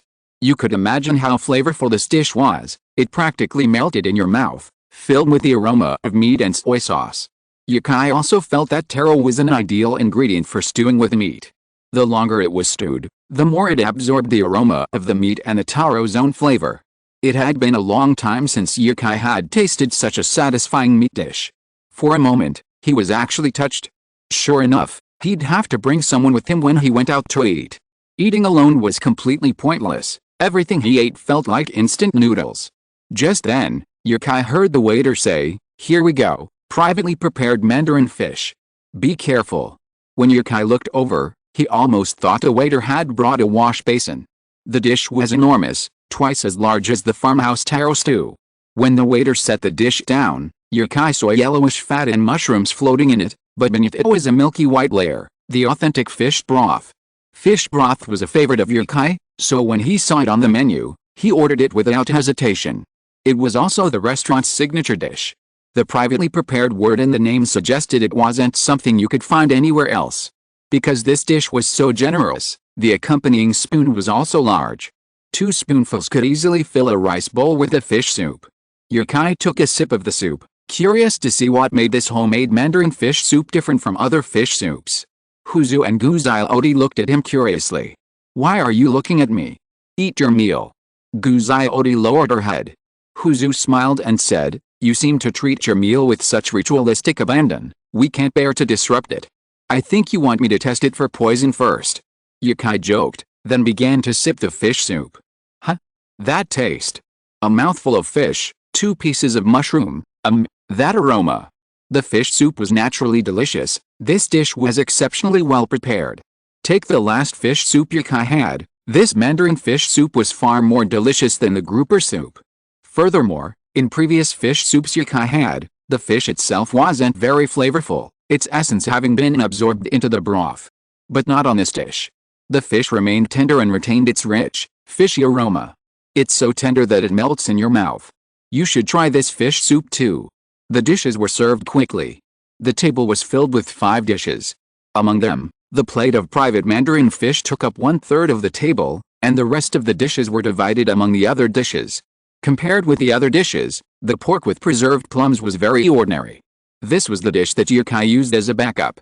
If the other dishes were not delicious, at least this dish could be used as a side dish. But Yukai really didn't expect that the other dishes were so good. The farmhouse tea-flavored chicken was steamed in a steamer. It contained ham and tea leaves. The chicken was very fragrant because of the spices, and it was also very chewy and bouncy when bitten. Because it was steamed, the chicken soup of this dish was very rich in aroma, and it was most suitable for pouring over rice. Of course, if someone likes to eat soaked rice, Yukai would have no objection to using this to soak it. Chapter 364, Mail Sent to the World. Of the 5 dishes, one was barely a snack. Anywhere else, Yukai felt the 3 of them could finish it, but here, they were completely exhausted, leaving much food on the table. The most noticeable difference between the farmhouse dishes and the sumptuous meals at the hotel was probably the portion size. Yukai hadn't expected such delicious meat dishes to be found in a renowned Buddhist sanctuary. The locations of these restaurants were becoming increasingly bizarre. As a rule, the food in scenic areas wasn't the best in the city, and he was sure Hongzhou would have better chefs. But at least for now, this restaurant surprised Yukai. Finally, Yukai looked at the delicious fish soup, rubbing his slightly swollen belly, a flicker of regret in his eyes. Never mind, it wasn't worth it to dive overeating here. Fortunately, his diet didn't affect his figure, otherwise, with all the delicious food he'd been eating, he would have gained at least 5 pounds of fat. After leaning back in his chair and enjoying the time after eating and drinking, and cutting off the reluctance to eat in his mind, Yukai stood up and shouted, "Beauty, check out." "Oh, okay, wait a moment." Guzai Odi hurriedly said after hearing Yukai's words, "Brother Yi. We have already paid the bill, this meal is on our treat." "No way, I already said I'll treat you." Yukai ignored her, took out his mobile phone and waited for the waitress to come over with a bill. The 3 of them were here, and the waitress hadn't come yet. "Where were you going to pay?" "We really paid." Guzai Odi didn't say anything. A waiter popped up and said, "The money for your table has been paid." "Really?" Yukai didn't quite believe it. "You guys were too quick. When did you pay the bill?" Huzu made a small gesture with her hands. "You took our photos for free and even helped us edit them, so let us treat you to a meal as a small token of our gratitude." He was a celebrity, not a sycophant. Not only had he taken his photos for free, but he was also treating him to a meal. Yukai might not have seen anything wrong with this scenario, but Huzu felt a little embarrassed. So, before arriving at the restaurant, she had already decided that the 2 of them would pay for the meal. Huzu had already paid when she went to the bathroom. Since they had already paid, Yukai didn't bother being polite. He nodded and said, "Okay, thank you." He didn't know how much the meal would cost, but it definitely wouldn't be less than 400. That's 400 yuan for 6 photos. When had Yukai ever spent so much on photos? The thought of it made him a little excited. If these photos weren't suitable for extensive editing, Yukai would have added dozens of special effects to them as a token of his gratitude for the meal. As the day wore on, the 2 girls checked into the mountain B&B. Yukai, having left a lot of stuff at the hotel he'd stayed in the previous night, had to resort to hailing a ride. Waiting for a taxi here wasn't easy, so hailing a ride was faster. Back at the hotel, Yukai chatted with Dinan online for a few moments before retouching the photos he'd taken that day, primarily the 6 he'd taken for others. The bamboo forest in the background seemed profound under Yukai's lens. The 2 girls, either lost in thought or yearning, the quiet surroundings and backdrop imbued the photos with a calming tone. "Wow, I take such good portraits. If I could become a commercial photographer with my skills, how much could I make from a photoshoot?" Yukai himself fell into deep thought, brooding on a seemingly unrelated topic. Even if he didn't do anything right now, as long as people kept buying his books, he'd still make a lot of money. There was no way he could be a commercial photographer, it was too tiring. He might as well play games. Damn it, I gave up last time. Before he knew it, Yukai had finished editing the dozen or so photos he'd taken today. He sent the photos of the 2 girls to them and saved the rest on his computer, copying them to a portable hard drive when he had more. Then, Yukai moved his mouse to search for a game. When did I even log into the game? It was late in China, but many places around the world weren't even close to dinner time yet. Mornings were for work, and afternoons were for leisurely enjoyment. Diego Alonso in Spain had just emerged from the water when he received a message from Danone. China's Qiantang River? What kind of place is that? Surfing is usually done on the ocean, unless you're a sailor or kiteboarder, who only does it on calmer waters. Are you asking me to be a judge? How much money can I make from that? I'm not short of money. Diego knew Danone was a professional judge at surfing competitions, showing off his skills at them, but he wasn't interested. He clicked on the video attached to the email. Huge waves rolled in from afar, and a crowd stood watching from the embankment. The clamor indicated that this video was a live recording, not a film. Suddenly, a wave crashed over the embankment, its white water surge reaching tens of meters high. Those on shore were instantly swept to the ground, and this on such a high embankment. This wave seemed quite interesting. Diego was intrigued. He had no interest in being a judge. His only hobby was surfing, and he had visited all the famous surfing spots in China and abroad. But in all his years, he had never seen waves like these on a river. After watching the video, he became intrigued by this Qiantang River. Upon returning, he carefully read a message from Danone and realized he wasn't being asked to be a judge. This wasn't a surfing competition, but rather a surfing festival, with a dedicated vendor providing food and lodging for all the athletes, and the event would be broadcast live on Chinese networks. Everyone who completes a 6-meter wave will receive a $1,000 reward. This event is great. A 6-meter wave is too easy. This $1,000 is simply given away for free. However, Diego thought about it and felt that the $1,000 was actually their travel expenses.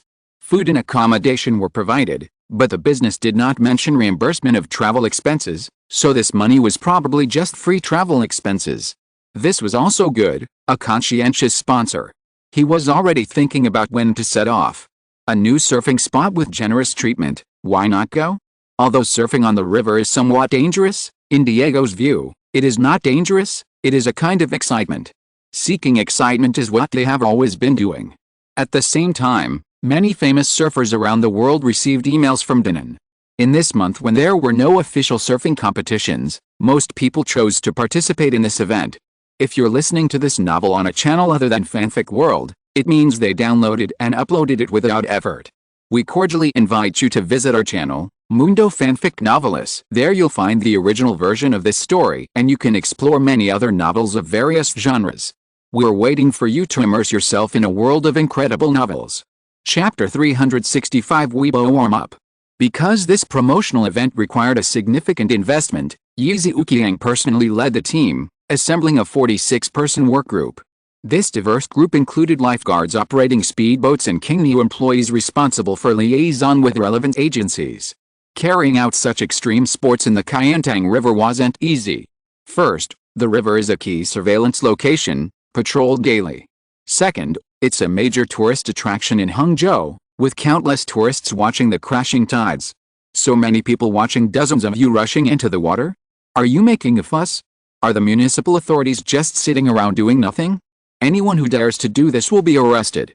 Therefore, they had to report to the relevant authorities, something Yukai wasn't particularly skilled at, and he found it cumbersome to deal with. He decided to leave it to others and simply choose the location for the event. As the end of August approached, Yukai posted a preview message on both Weibo and Bilibili, also buying some online attention. Last year, I gradually fell in love with surfing. With the help of my friend Ben and Danone, I once rode a wave over 10 meters high. I'm sure many of you still remember the electronic music song I released a while ago, which featured me. After returning from Australia, I still clung to the sport, but was dismayed to discover that there were so few people taking up the sport in China. Extreme sports, so popular abroad, lack a strong foundation in China. I began to suspect it might be due to geography. The waters surrounding China lacked exhilarating waves, nor did they allow spectators to appreciate the allure of surfing. Later, I stumbled upon Hangzhou and saw the mighty Qiantang River.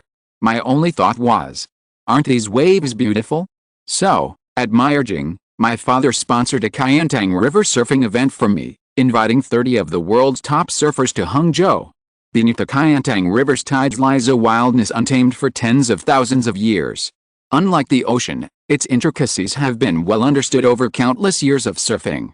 Surfers spend their lives pursuing huge waves and freedom, and this time we gather on the Qiantang River to conquer the waves, to ride them. On August 28, At Hangzhou Yanjiang Wetland Park, we invite you to witness this historic moment, the entire process of humanity's taming of the waves. Perhaps other surfers wouldn't dare use the phrase taming the waves to describe their purpose. But the surfers who visited Hangzhou this time can. Most of them are winners of various surfing competitions, and 2 of the 3 are even surfing champions. For them, surfing is as simple as eating and drinking water, so of course they can be called tamed. Hangzhou, as a new first-tier city in China, has a large population, and Yukai's fans are concentrated in large cities. The very first day Yukai's Weibo post was posted, it immediately topped the trending searches. Yukai himself hadn't expected that before his paid trolls could even begin to exert their influence, his post would already have been pushed into the top 10 trending searches, and even continued to rise in the rankings. Yukai had 5 million real-life followers on Weibo, but he'd never realized how terrifying that number was. He'd seen others with followers in the tens of millions, and he'd always assumed his millions were a fraction of what big stars had. He knew celebrities' attention was superficial, but no matter how superficial, there had to be a limit, right? Weibo showed 80 million, so it should have been at least 50 million. That's why Yukai had prepared the money to buy trending searches in advance, worried that no one would know about this. Perhaps the influencers who received the money from Yukai thought he'd hired another influencer team. The popularity was rising so fast, they wouldn't believe him without them. Woohoo! Take off, Brother Kai, we support you, ride the waves, that's too dangerous, let's go on a trip. Brother Yi, I haven't written a travelogue in ages. I'm waiting for your next travelogue to come out so we can go on a virtual tour, surfing the Kayantang River. This is a bold idea. Don't worry, I'll definitely go, and I'll even get everyone from our dorm to go with me. Attending a large-scale, suicidal event is definitely more enjoyable than watching it live. Outsiders can only watch the live stream. Which platform is Yuja live streaming on? Using your own live stream, outsiders have to go too. I'm buying my tickets now. Isn't it just Hangzhou? I've been wanting to see Westlake for a long time. Kai Jet, wait for me, I'm coming. Yukai couldn't keep up with the countless comments. There were also reposts from Weibo influencers and celebrity friends, like Wang Lei, He Jiang, Zhang Zixin, Peng Peng, and Li Yi. Even celebrities Yukai had never met were helping to share the post. After all, it was free publicity, so of course he had to take advantage of it. Besides, Yukai was one of the hottest emerging writers right now, so perhaps there was a chance for collaboration in the future. All these factors combined to make the post increasingly popular, and more people learned about the event. Yukai's Weibo account also received numerous private messages from official media outlets. After replying to each one, he posted another, "We'll likely be collaborating with a lot of media outlets, and my own live stream will also be broadcasting the entire event. Everyone can wait and see." Remember, it's August 28th. After posting, Yukai left the hotel. He had moved here 2 days ago from his previous hotel, the Guanlin Times, a 2-star hotel with floor-to-ceiling windows offering panoramic river views. Especially during this time, the scenery is breathtaking, with massive waves crashing in day and night. But most importantly, it's also close to the Yanjiang Wetland Park. Leaving the room, he happened to run into Dinian and 2 others. As the time approached, more and more surfers arrived. Besides those invited by Yukai and his group, there were also others who had heard about the event. There are many professional surfers from around the world, and with no competitions around this time, many people flocked to see the excitement. After all, so many big names were there, and it was nice to just meet them. And if it was truly fun, they'd have a new surfing spot for August. The 2 people with Dinan were as good friends, former champions of the Hawaiian professional surfing competition. Both were young, in their 30s. "Hi, Sean, are you going out for dinner too?" "Yeah, are you used to staying here?" Yukai asked with a smile. Dinan had arrived first. After all, he had invited everyone here, so he had to help introduce them to Yukai, otherwise, Yukai wouldn't know these professional surfers. Even if Yukai was great, he wouldn't pay attention to the professional surfing world. After all, he wasn't a professional surfer. "It's okay, but I still like the Australian weather. It's so cool down there right now. By the way, Lilith just asked me to ask when you're going to take her on a trip." Yukai sighed, his tone resigned. "Do you really believe I'm going to take your daughter on a trip? After all, Lilith is so young, and traveling would be tiring." It was a makeshift ploy to coax a child. Lilith believed Yukai, no wonder, but Dinan did too. Dinan laughed heartily, walked over, and took Yukai's arm, heading towards the hotel restaurant. He said casually, "Then you'll need to explain it to her. You know, I always grant her whatever she asks. She's a little princess. Then I'll just have to kidnap your little princess. You're welcome anytime, haha."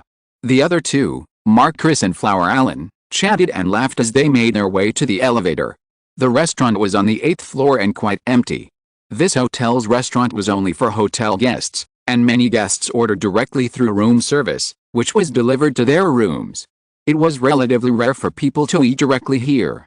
Of the 30 people Dinan had invited, over 10 were already waiting, obediently waiting for their food. Enchanted by Chinese cuisine, they arrived half an hour early every day to enjoy the food. Among them were 4 women. I heard Dinan had invited 2 more, but they hadn't arrived yet. The oldest was no older than 40. Perhaps surfing is a youthful pursuit. In this era, famous surfers are often young, and Dinan is the most famous of them. As a professional judge, sometimes they have to do 2 jobs when participating in competitions: surf the waves themselves and then sit back in the judge's seat to score the contestants. After all, they were not born into a wealthy family. How can they support their families if they don't make more money? There are 2 tables, and the dishes are all very famous dishes in China. After a few days, they are changed in various ways, making this group of people captives of Chinese cuisine. After eating, Yukai felt that some of them had been here for a few days and the time difference should have been reversed. Should he take them to Hangzhou for a walk? Put yourself in their shoes and think about it. If you go to a new place and don't go out for a few days, you will probably feel irritated. So after dinner, Yukai kept them for a while and said in English, "Wait a minute everyone, do you want to go shopping in Huaxia this afternoon? Hangzhou is a very beautiful city in Huaxia and one of the most famous tourist cities in our country." Everyone looked at each other, and one of them said, "Actually, we also want to go out and have a look, but not to go shopping, but to see the Kayantang River in your videos." A female surfer nodded and said, "Yeah, I feel like my movements have become a lot stiffer after not practicing for a few days. Yi, can you take us to see the venue of the competition? It's just an event, not a competition." Yukai made a joke and continued, "Okay, that place is very close, we will go over and have a look later. Ah, my surfboard hasn't arrived yet. Mine is here, I'm going to catch the first wave."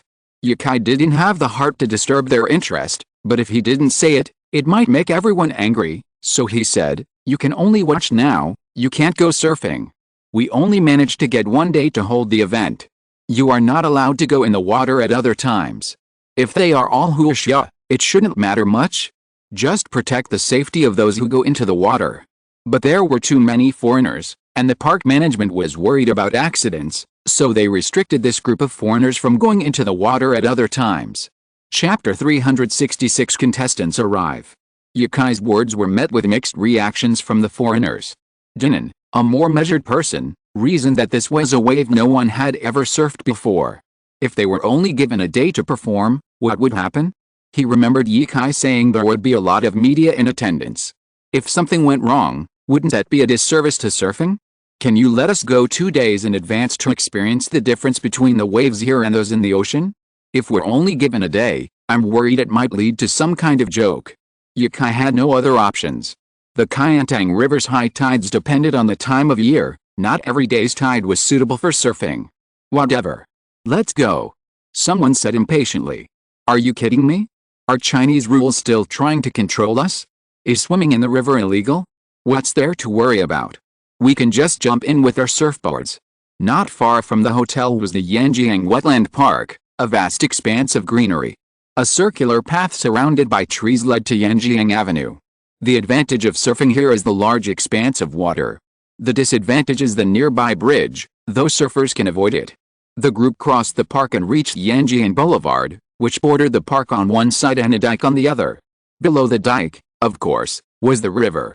The water was so murky that it was impossible to see underwater.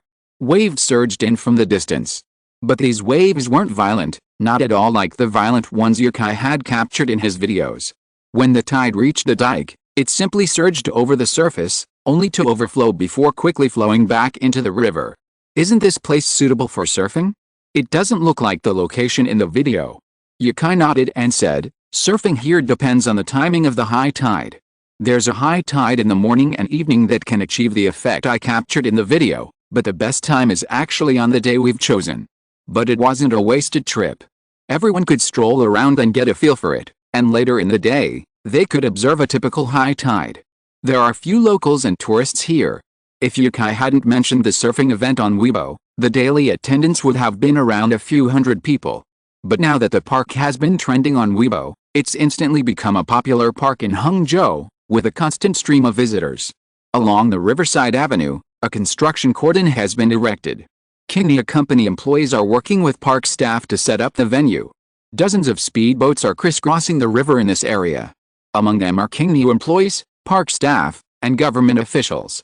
Yikai, with a group of surfers, stood at a distance, looking in that direction. Pointing, he said, "We'll enter the water from here the day after tomorrow. The fish will have dispersed in advance. The waves are wide, unlike ocean waves. We can even ride the same wave." Someone exclaimed, "So wide." The dangers of surfing are essential knowledge for all surfers, a lesson their instructors repeatedly instill in beginners before their first surfing experience. So, Yukai's suggestion of 30 people riding the same wave was met with surprise. Yukai said with certainty, "Of course it can. The Kayantang River's waves won't be at their highest now, but a month from now. By then, no ship, no matter how large, will be able to remain in the river. The 15th day of the 8th lunar month is the highest tide each year. It was only the weather and the southeasterly direction that caused such large waves in the Kayantang River in the 7th lunar month." After seeing it here, everyone felt that the Kayantang River at this time seemed uninteresting, so they changed their destination and took Yukai to visit West Lake. Chinese-style architecture is not well known internationally, so this group of people rarely sees such authentic Chinese buildings and streets, and exclaimed in amazement along the way. Among those Danan had invited was a girl named Shirley.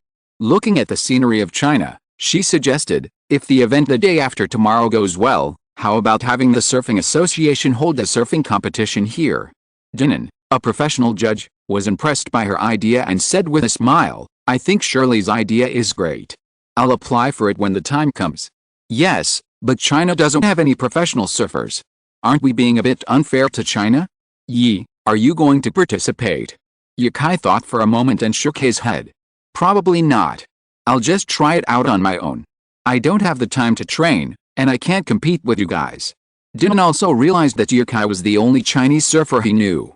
Even if there had been Chinese surfers in previous surfing competitions, they were just professional runners-up, and couldn't compete with him. Yukai chuckled and said, "If it's really possible, I still think it would be better to organize a competition. We wouldn't have to worry about whether there would be any Chinese surfers." While there were indeed no professional surfers in China at the moment, if an international surfing competition were to be held in China, then within a year, not only would we not win, but we would at least be able to produce a dozen professional surfers. China doesn't have much in other ways, but it has a large population. The sports administration is no pushover. It's fine if you're doing this abroad, but you're actually holding a competition here in China? We have to make arrangements for you. Evening tide was approaching, and Yukai led another group to the embankment. The path down to the river was blocked by park security, who wouldn't let anyone in. The boss said you can't go in the water early. It's unsafe. "Oh, you need to talk to the boss about this. I'm just one security guard, so please understand. Foreign affairs are no small matter." The security guards didn't dare let the foreigners in the water until the leader arrived. If it weren't for Yukai's event going smoothly, many of the more irritable people would have even considered jumping off the embankment with their surfboards. Who are you kidding? They've lived here all their lives, and they've never heard of anyone stopping them from surfing. Surfers fear sharks the most, but there were clearly no sharks here, so why are you stopping us? But the most important thing right now wasn't to argue with them. It was to get a real surfer to experience the waves for themselves. After all, no one had ever surfed here before. "Let's go to Kingnia Company. The venue should be ready. I'll give it a try," Yukai said. He was not only one of the surfers, but also an employee of Kingnia. He knew he couldn't be stopped from testing the danger level for the competition the day after tomorrow. And this was exactly the government's biggest concern these days. Was surfing dangerous? Would hosting such an international event affect China's external reputation? The evening tide was about to arrive. Either test it today or get in the water tomorrow. Sooner or later, he'd have to try surfing on the river, so why not try it today? Chapter 367 The First Wave. The arrival time of the evening tide is uncertain, but according to King Niu Company's analysis, today's highest tide will be at 4 p.m., which means it's just around the corner. Yukai planned to experience it. Tomorrow's tide will be at 2 p.m., and the day after tomorrow will also be at 4 p.m. Arriving at the venue, there were still many tourists watching. A huge King Niu billboard with a King Niu logo and a drink image hung at the lower river mouth. The speedboats on the water also had King Niu logos. The sole sponsor was so arrogant. Unlike other competitions, they didn't have to appear in a fixed location. This event was organized by King Niu, so they could appear wherever they wanted. This park wasn't the best place to watch the tide, but most people here had learned about it through Weibo and were there to join in the fun. Even though it wasn't August 28th yet, there were already quite a few people. When Yukai and his men arrived at the scene, they were instantly noticed. The surrounding tourists started shouting, especially the women, who screamed for unknown reasons. Yukai actually found this phenomenon very strange. Why do some women scream when celebrities appear? But this actually gave Yukai the feeling of a celebrity. Yukai himself didn't realize just how popular he truly was. His combined looks and talent had captivated a significant portion of China's population. With over 5 million followers on Weibo, he was already ahead of many so-called A-list celebrities. If Yukai were filming a movie now, he'd probably command a salary of 10 million. Nearby security guards quickly separated the surrounding tourists and ushered Yukai and his companions to the lower river mouth. This area was filled with chairs and tables, a resting area for surfers. Parasols blocked the sun, giving it a beachy feel. Yukai breathed a sigh of relief when Yi Ziuqiang wasn't there. He contacted the King Niu management to explain his purpose, and a speedboat was quickly arranged to take him out. The Qiantang River was no longer as calm as it had been at noon. Tidal surges had caused a surge of seawater into Hangzhou Bay, making the river unsettled and turbulent. Fortunately, the sky was still clear, and Yukai boarded the speedboat with his surfboard and quickly donned his life jacket. As the speedboat started moving, the phone rang. Yukai knew who it was, even without checking the caller ID. It was definitely his father. He pulled out his phone and saw it. "You went surfing on the speedboat?" "Yeah, don't worry, Dad. I've surfed waves over 10 meters high, so it's no problem here. If it were really dangerous, I wouldn't be doing this kind of event, right?" "I know. Just be careful. This is a river, after all, not a place you've surfed before. Don't worry." "Yep. You agree." Yukai thought his father would urge him to go back, but he never expected his father to agree to let him go surfing first. After all, it was an experiment, and it was risky. "Why not? If I don't let you go out and experience it today, what will happen the day after tomorrow? The typhoon will have a greater impact in the next 2 days, and more water will enter the Qiantang River. The best time to experience it is today, but be careful, don't be careless." Yi Ziuqiang had learned a lot about surfing for this event, so although he was a little worried, he understood the risks after learning more. The unknown is terrifying. After understanding it, I felt less worried. At worst, there were lifeguards with me. How could I get swept away? I was wearing a life jacket. Alright, go have fun. I'm having tea with someone. Just let me know you're safe on watch it later. After hanging up, Yi Ziuqiang calmly put down his phone and said to the person on the other end with a smile, "My son went surfing on the Qiantang River. He was so well behaved when he was little. I don't know why he's become so reckless now that he's grown up. Haha, it's not dangerous. I'm not worried." After hanging up, Yukai felt much more relaxed. Surfing on the ocean is just a water sport, but surfing in the Qiantang River is truly extreme. How could the ocean compare to waves like these? While they weren't high, only a few meters when they surged, the Qiantang River's tides were fast and far-reaching. How far could a wave in the ocean travel? But the waves in the Qiantang River, for example, couldn't even reach tens of meters, they were measured in kilometers. As long as the surfer didn't stop, they could keep riding the waves. This is the biggest difference between surfing here and surfing on the ocean. The speedboat was parked over 400 meters from the Liksha River estuary. Countless people pulled out their phones and cameras to film Yukai. There were very few boats on the river now, and after dropping Yukai off, The speedboats would quickly retreat to avoid the waves. Only 3 motorboats patrolled the river, ready to support Yukai. The biggest wave of the day was about to arrive, and Yukai could already see the white line approaching in the distance. Surfing here meant no guessing when the wave would hit. It was clearly laid out before you, and you just had to prepare for the challenge. The wave looked low, barely 2 meters high. On the ocean, it would be a wave even a beginner could tackle, but the difficulty level was definitely vastly different. Yukai floated in the water, resting on his surfboard, not afraid, but eager to give it a try. The title of the first person to surf the Kayentang River has been earned by Yukai. A violent roar preceded it. The Kayentang River's massive waves, known to outsiders as tidal bores or raging tides, are a phenomenon rarely seen anywhere else in the world.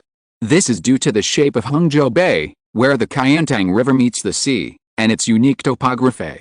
Hongzhou Bay is trumpet-shaped, with a large mouth and a narrow belly. West of Yanpu, the Kayentang River narrows and rises sharply, causing the riverbed to suddenly shrink in a massive surge of tidal water to crowd into the narrow, shallow channel. This impedes the tide's crest, and the rapidly advancing water behind it forces the crest to rise sharply, breaking and roaring, creating a breathtaking and spectacular spectacle. The Amazon River in Brazil and the Seine River in France also experience this phenomenon, but on a scale far less impressive than the Kayentang River, making it truly unique in the world. As the wave surged in, the roar grew louder, and Yukai saw the full extent of the tide. Unlike ocean waves, which are single, unified mass, seemingly surging and overturning as they approach, the Kayentang River tide was different. Its flow resembled the galloping of thousands of horses, each wave seemingly independent and vying for the lead, like a school of sardines approaching. This point must be made clear to other surfers. This looks too scary. Countless people on the shore were shouting. The ferocity of this wave exceeded the imagination of all the spectators. After all, the previous waves were not like this, and the speed was not so fast. Yukai had no time to think about other things. The wave had already rushed in front of him. Yukai had no choice but to catch up. He lowered his head, held the surfboard with his hands, and quickly got on the board. The next moment, Yukai emerged from the waves. Although he was a little embarrassed, he gave a thumbs up to the audience and other surfers. "I'm fine." Huge cheers came, and even the huge sound of the tide could not cover it. The first person to surf on the Kayentang River. It's me. Chapter 368 Accident. The wave's strength exceeded the monitor's expectations. From above, a white line appeared across the entire river surface, and Yukai's figure was barely audible within it. But now, everyone's eyes were fixed on Yukai's position, even if some couldn't see him clearly. Yukai himself felt a bit uneasy. His surfing skills weren't as good as those of the professional surfers on the shore. After all, he had only just learned to surf. The wave was incredibly violent. To put it simply, when surfing, Yukai felt the waves were like tamed horses, easy to ride. Beginners only need to learn slowly. But this wave was a wild horse. Unruly and unyielding, the waves behind squeezed the waves ahead, causing the force under the river to fluctuate constantly, making it difficult to maintain balance. Fortunately, Yukai had a strong sense of balance, otherwise the tide would have flipped his surfboard. People on the shore cheered, unable to look away as they watched Yukai ride the tide. The river was now completely empty, devoid of the boats he used to see, nor the aquatic plants common on other rivers. There was only the murky river, the surging tide, and Yukai, riding the waves. The tide was moving so fast that it made Yukai seem to be flying low above the waves, creating a visually stunning spectacle that sent the audience's adrenaline soaring. Yukai finally understood what it felt like to have the wind lashing his face. It might not be as fast as a sports car, but it was definitely more thrilling. Besides, how many things in the world could rival a sports car in speed? Not even birds in the sky could, so Yukai had no problem flying right now. They soon reached the foot of the bridge, where Yukai prepared to jump into the river to avoid the waves.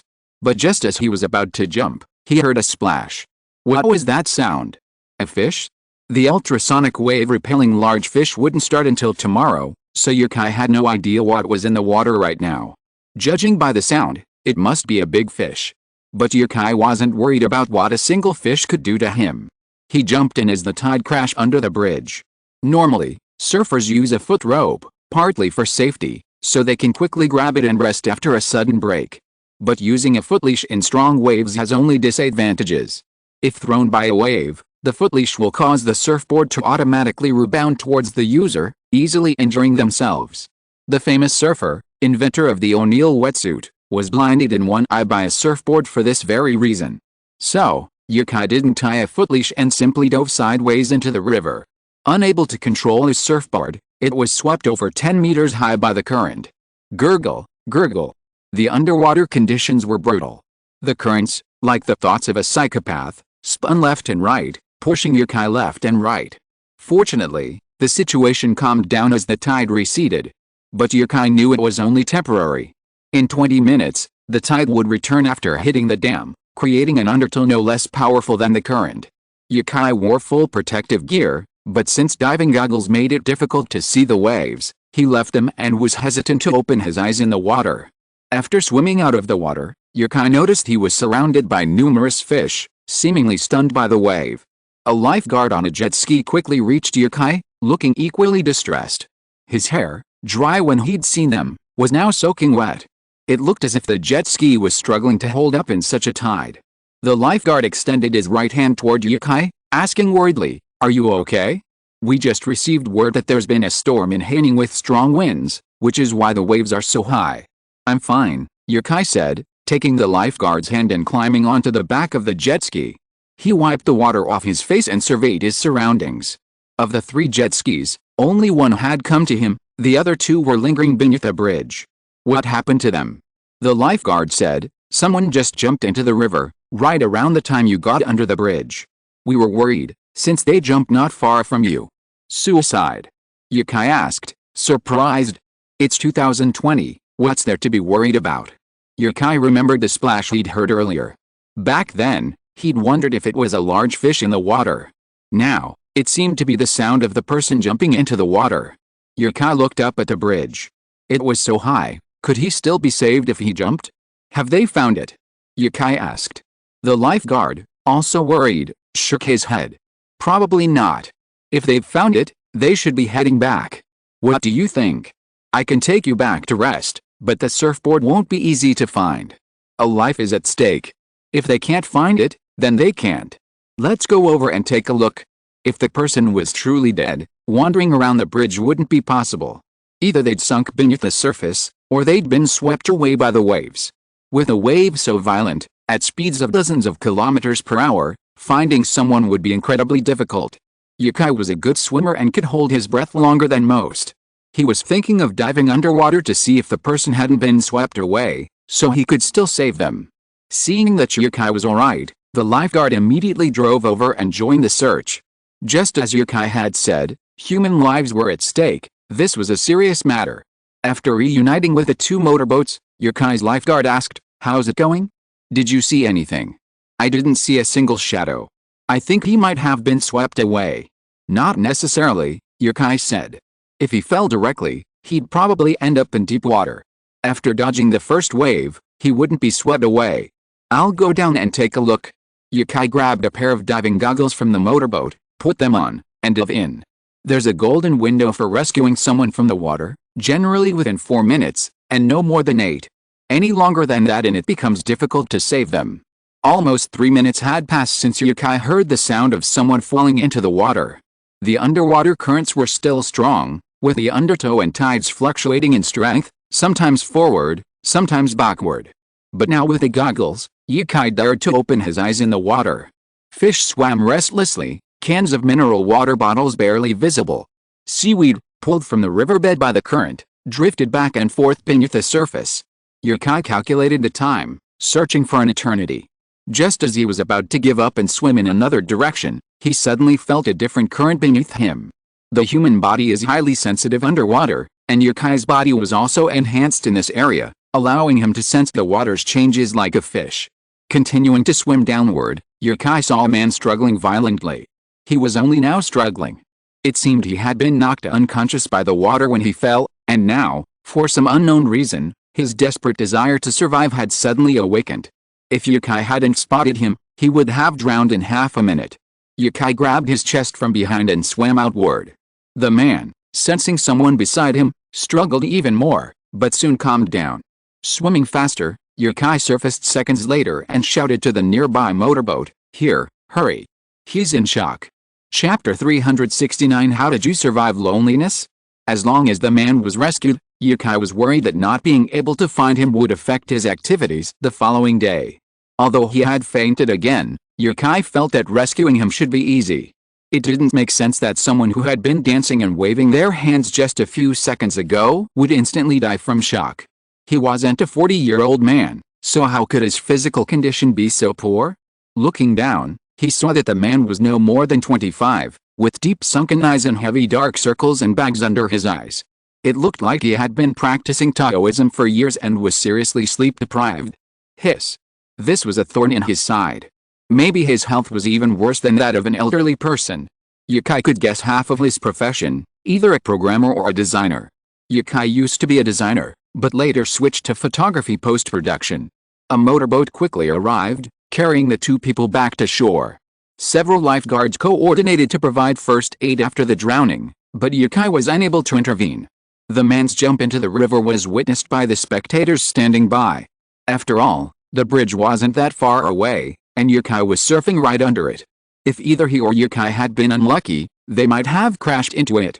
Everyone breathed a sigh of relief when Yukai rescued the person.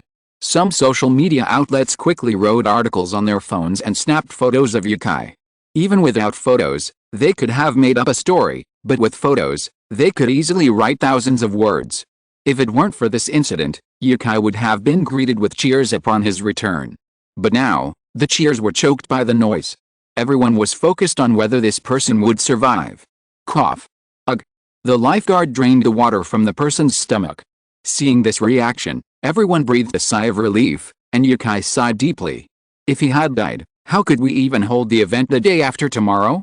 Even if we did, it probably wouldn't have been a success. This was the best possible outcome. Someone had jumped into the river, and Yukai had rescued them, and they were still alive. This was essentially free traffic for Yukai. Although Yukai didn't want it. Wu Wenheng felt terribly ill, as if he'd been sitting in a car for days and nights, dizzy and disoriented, or as if he'd just stepped off a spaceship. He felt like he wasn't even on Earth anymore. He was cold, icy cold to the bone. This must be summer, right? Could it be this cold in the summer? He opened his eyes and looked around, realizing he was lying on the bank of the Kyantang River. A group of people in life jackets surrounded him, along with a group of foreigners and a group of men in suits.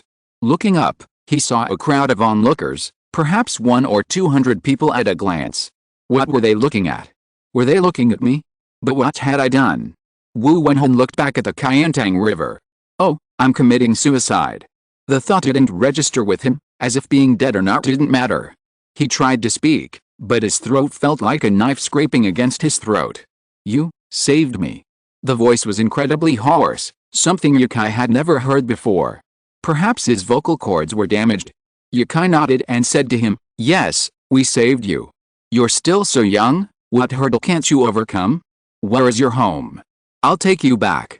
"Thank you, but no, I don't want to go home." Wu Wenheng stood up, his body a little unsteady, but this is normal. It must be a blessing from his ancestors that he didn't break his arms or legs after falling from such a height. Yukai still heard a sense of decadence in his words. What happened? Is he terminally ill? Yukai glanced at the crowd and said with a smile, "Are you sure? The people here won't let you leave alone. There are reporters waiting to interview you." Wu Wenheng fell silent as he saw some people in the crowd holding microphones. "Wait a minute," Yukai called out to him. Then he turned back to Dinian and whispered, "I'll discuss surfing with you guys later. There might be something wrong with this guy. I'll go and see." Dinian, noticing the man's dismay, nodded and said, "That's absolutely fine. Watching you surf has already excited us. Even if it's dangerous, we want to try it the day after tomorrow. Go ahead and persuade this young man." He found a King Niu car and drove over to the man. "Get in." Wu Wenheng looked at the car, then at his soaked clothes, hesitant. Yukai said again, "Get in. It's someone else's car. It's fine." He was still curious about this man's story. What had happened to cause such a young man to have suicidal thoughts? Suicide is more common among minors, perhaps because they're too young to act radically, but it's truly rare after their 20s. At this age, even if suicidal thoughts arise, they're more concerned with family and friends, ultimately wanting to die but afraid to. Why did Yukai understand so well? Was Yukai happy before he acquired the system? His salary, after paying for his car and rent, barely covered his living expenses. He didn't even have time for friends to hang out, and he worked late into the night every day. Yukai, at the time, was a member of the social animal class. So he understood the mentality of young people of that era, or even felt the same way. Wu Wenhun got on the car anyway, and Yukai quickly drove out of the venue on Yanjiang Avenue. Seeing that Wu Wenhun was a little lethargic, he didn't have any other problems, so he didn't take him to the hospital for now, to avoid further agitation. Walking along the Kayantang River, Yukai parked the car by a bench. The venue Yukai had chosen wasn't well equipped, and gazing out at the Kayantang River late at night revealed a blanket of darkness, but that wasn't the case with most of the city's riverside roads. Although it wasn't yet nightfall and still early, some night markets along the street were already open for business. The lights along the riverbank had also been lit early. Although there were few fishing boats in sight, the shimmering waters of the Kayantang River were a breathtaking sight. The constant ebb and flow of the tide, now passing this way and now coming that way, was quite captivating. Yukai asked him to sit down first and asked, "Do you smoke?" "No. It's a good thing you don't smoke." "Haha, I don't smoke either. You'll have to buy some if you need them." "No, thank you. Sorry for bothering you today." Yukai's smile faltered. He sighed and asked, "What's wrong, brother? You should be about my age, right? Why did you think of jumping into the river?" Wu Wenhun looked at Yukai. With this appearance, he must have never known the hardships of life, right? Reincarnation is a science.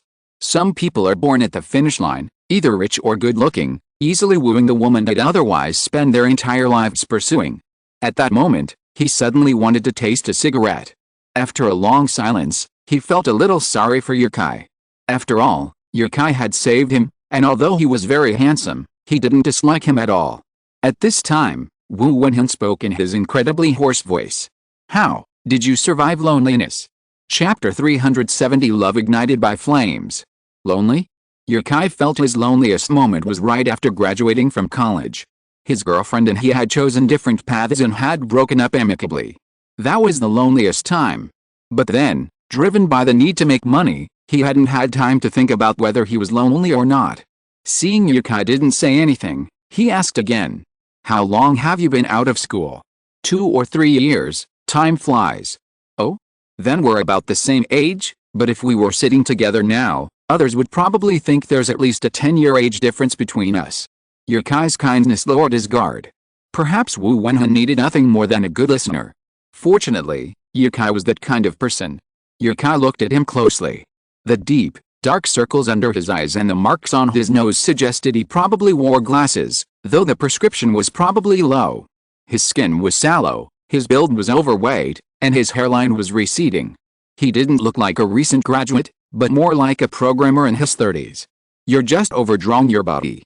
Rest early every day, and you'll feel much better in 2 months."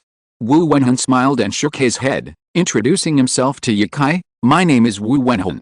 I've been out of school for 3 years, and I'm a programmer." As Yukai had expected, he was a programmer. People say programmers have a hard time, but these days, it's still the most lucrative profession, with many recent graduates quickly earning salaries exceeding 10,000 yuan. It's undoubtedly a profession that trades youth for cash. Yukai also introduced himself. "My name is Yukai, and I'm a photographer." Photographer? Wu Wenhun thought of photographers taking pictures of beautiful women, and of the magazine covers he'd read in his free time. He said sincerely, "I wish I had chosen a different major." Yukai smiled but didn't answer. Soon, he heard a story about a programmer. "After graduation, I joined a software company. My first year, I started to gain weight. I worked overtime every day, squeezed into the bus in the morning, and didn't get home until late at night. Just like Yukai's post-production days, there were no weekends, no socializing, and no friends." Wu Wenhun rented a large apartment, with a spacious bed and wardrobe, but he lived alone, and his wardrobe contained only his own clothes. Unlike other programmers, Wu Wenhun wouldn't wear the same shirt 7 days in a row. Instead, he kept a wardrobe full of shirts, changing them every day, even though they were identical except for the color. Huawei was the only person who frequently checked in on him on his phone. Besides 10,086, they were the only ones who showed up each month. Every day at work, The receptionist would say good morning or remind him to clock in, but the receptionist would always look down at her phone, never once glancing up at him. His teammates wouldn't even look up to greet him. His well-dressed colleagues made it a daily task to bully him, and his bosses, like a worker ant, continued to exploit him. This was Wu Wenhan, a depressed man who needed medication every day to survive. You have depression. Yeah, I've had it for 2 years. It's not severe. Wu Wenhan saw Yukai's surprised look and suddenly smiled. It's okay. I've been taking medicine, so I don't know what kind of disease it is. I've never had depression, and I don't know much about it. But the descriptions of it online are quite scary. But Wu Wenhan, life isn't as sad as you think. Yet, Wu Wenhan believed Yukai's words and nodded. I've always felt that way too. A lot of people are helping me, but their eyes are full of pity. Knowing you have depression will definitely bring pity. Many people don't know what kind of disease it is, but they definitely know that people with depression are prone to suicide. Didn't you commit suicide? Yukai was puzzled. Did anyone at his company know Wu Wenhan had depression? Otherwise, why would his colleagues bully him? Yukai, you're so handsome, you shouldn't lack girls, right? That's not so bad. I haven't been in many relationships. If I asked you what love is, how would you answer me? What is love? Had Wu Wenhan been dumped by his girlfriend? Asked this question out of the blue, Yukai's first thought was a line from Xiong Zhuan Zhi. There's a loquat tree in the yard, planted by my wife in the year of her death. Now it's tall and majestic, like a canopy. Or perhaps another line from an ancient poem, even though my belt is getting looser, I'll never regret it. I've become haggard for her. Yukai also sat on a bench, pondering the question seriously. What was Wu Wenhan trying to understand by asking this? Or was he simply trying to understand nothing, just to hear his own thoughts? I think only someone who's been married can answer this question. For me, love is ideal, like Liang Shanbo and Zhu Yingtai, like the cowherd and the weaver girl. I love Tony Leung's movies, Wu Wenhan said with a smile. There's a line in one of them I really like. Yukai speculated, why don't we start over? Yes. Yukai had another story. Wu Wenhan's life was dull and boring. His world was desolate and dilapidated. The air was cold, as was the atmosphere. Only when he opened his closet each day could he see a hint of color. Because of this, he changed his shirts into different colors every day. For Wu Wenhan, the pressure of life was very heavy. He could only suppress it with drugs and alcohol, living day after day in this deserted world for him. Suddenly one day, Wu Wenhan met his girlfriend in a bar. Her name is Tang Kei. Wu Wenhan said. Yukai noticed that Wu Wenhan was particularly gentle when he said this name. The source of this gentleness was not only the change in tone, but when he said this name, Yukai felt that the atmosphere around him began to warm. It was already dark at this time. The late-night snack shops in the distance opened one after another, and the small tables outside the door were also filled with diners, and the noise was bustling. Behind the bench, the street lights illuminated the Kayantang River. The river water no longer had the turbulent waves like during the day. It was as calm as a mirror, reflecting the street lights and the moon in the sky. Wu Wenhan talked about the time when he met Tang Kei. At that time, due to work pressure, I had to go to the bar for a couple of drinks every day after work. One time, a girl came to the bar, and I took one look at her, and I couldn't take my eyes off her. She had a cigarette in her hand, but it seemed that she didn't have a lighter. I thought this was my chance, so I quickly found a lighter and said to her, if you don't mind, I have a lighter here. That's how I met her. Chapter 371 Happiness is like justice. From then on, Wu Wenhan and Tang Kei frequently met in bars, and soon they began dating. Tang Kei didn't care about Wu Wenhan's depression, instead, it made her care for him even more. Wu Wenhan, in turn, cherished their bond, cherishing the few remaining moments of light in his life. Where Tang Kei was, the gloom of the world seemed warmer. On their first date, Wu Wenhan remembered that Tang Kei had just had her hair cut, now waist-length, and was wearing a red dress that seemed to melt into the color of a season's maple leaves. Tang Kei moved into Wu Wenhan's house. Every morning, as the sun rose and streamed through the bedroom window, Wu Wenhan and Tang Kei would look out. Wu Wenhan told the girl, I will succeed. In the future, I'll take you to a bigger house. At this, Wu Wenhan let out an incomprehensible growl from the depths of his throat, and after a long pause, he continued, I worked so hard every day, for marriage, for a house, but in the end, she still left me. Yukai placed a hand on his shoulder. His soaked shirt hadn't dried yet, and Wu Wenhan's skin and clothes seemed icy and chilly. She told me to spend my whole life with computers and broke up with me. I know I'm spending less and less time with her, but I don't have parents. If I don't work hard, how can I support her? Not to mention getting married and raising children in the future. So, I didn't argue. I just accepted. Yukai looked at Wu Wenhan, who had already buried his face in his hands and burst into tears. Yukai didn't try to persuade him, a heart-wrenching sob was a way to relieve stress. If Wu Wenhan's life with Tang Ke had been sunny, positive, and warm, now Wu Wenhan had returned to his old self, withdrawn and cold. It felt as if nothing had changed, and yet it felt as if everything had. Wu Wenhan cried, I went to the bar again today. When I came back, the sky was red. It was beautiful, just like the sunset I watched with Tang Ke. I knew there was a river below, and if I jumped in, I would definitely die. Turning back, I could hear the sound of cars, the crying of children, and the driver leaning out the window to tell me to go away. But I was really tired. I saw Tang Ke in the river, I saw myself, and the fragments of us. Although there was no trace of anyone, I could hear her voice everywhere. That was enough. From the scene Wu Wenhan described, Yukai could sense the depth of his love. Not to mention Wu Wenhan was a depressed person, even a normal person would have committed suicide. Choosing to escape and live in the past after a breakup wasn't cowardice, Yukai saw it as a manifestation of love. The love that he remembered most vividly was his first love. After that first breakup, Yukai felt the world was gray, and he even considered committing suicide to prove his point. He was only 16 at the time, and now thinking about it, it seemed foolish. Yukai didn't offer any counsel. Those who'd experienced this kind of thing naturally understood. A heartbroken person doesn't need comfort, or rather, no one's comfort would be of any use. In the end, a heartbreak becomes a process of self-healing. Once they move on, they'll surely embrace every stage of life with a better mindset. Wu Wenhan wept bitterly, tears streaming down his face into a pool of water hidden on the ground. It was unclear how much of it was tears, and how much was water from his body or shoes. The temperature had cooled. A storm was brewing not far away, perhaps the wind blowing down the Kayantang River, adding a chill to Hangzhou, which hadn't seen rain for a few days. Yukai winced, remembering the person next to him who had jumped into the water in trousers and sneakers. He wanted to end the conversation and rush him to the hospital. Perhaps happiness is like justice, sometimes it arrives late, but never absent. This was truly what Yukai was thinking. You may think life is all darkness and emptiness, but in reality, there's always light, you just haven't noticed. Getting over a relationship takes a long time, but even if no one likes you, you still have to love yourself. Wu Wenhan rubbed his eyes, completely unconcerned about the look on his face, and said to Yukai, I'm sorry to have worried you. I'm fine. I'll be home soon. Yukai didn't dare let him go home alone. And how could jumping from such a high bridge into the water be alright? Unconvinced, Yukai said, let's go to the hospital and get checked out.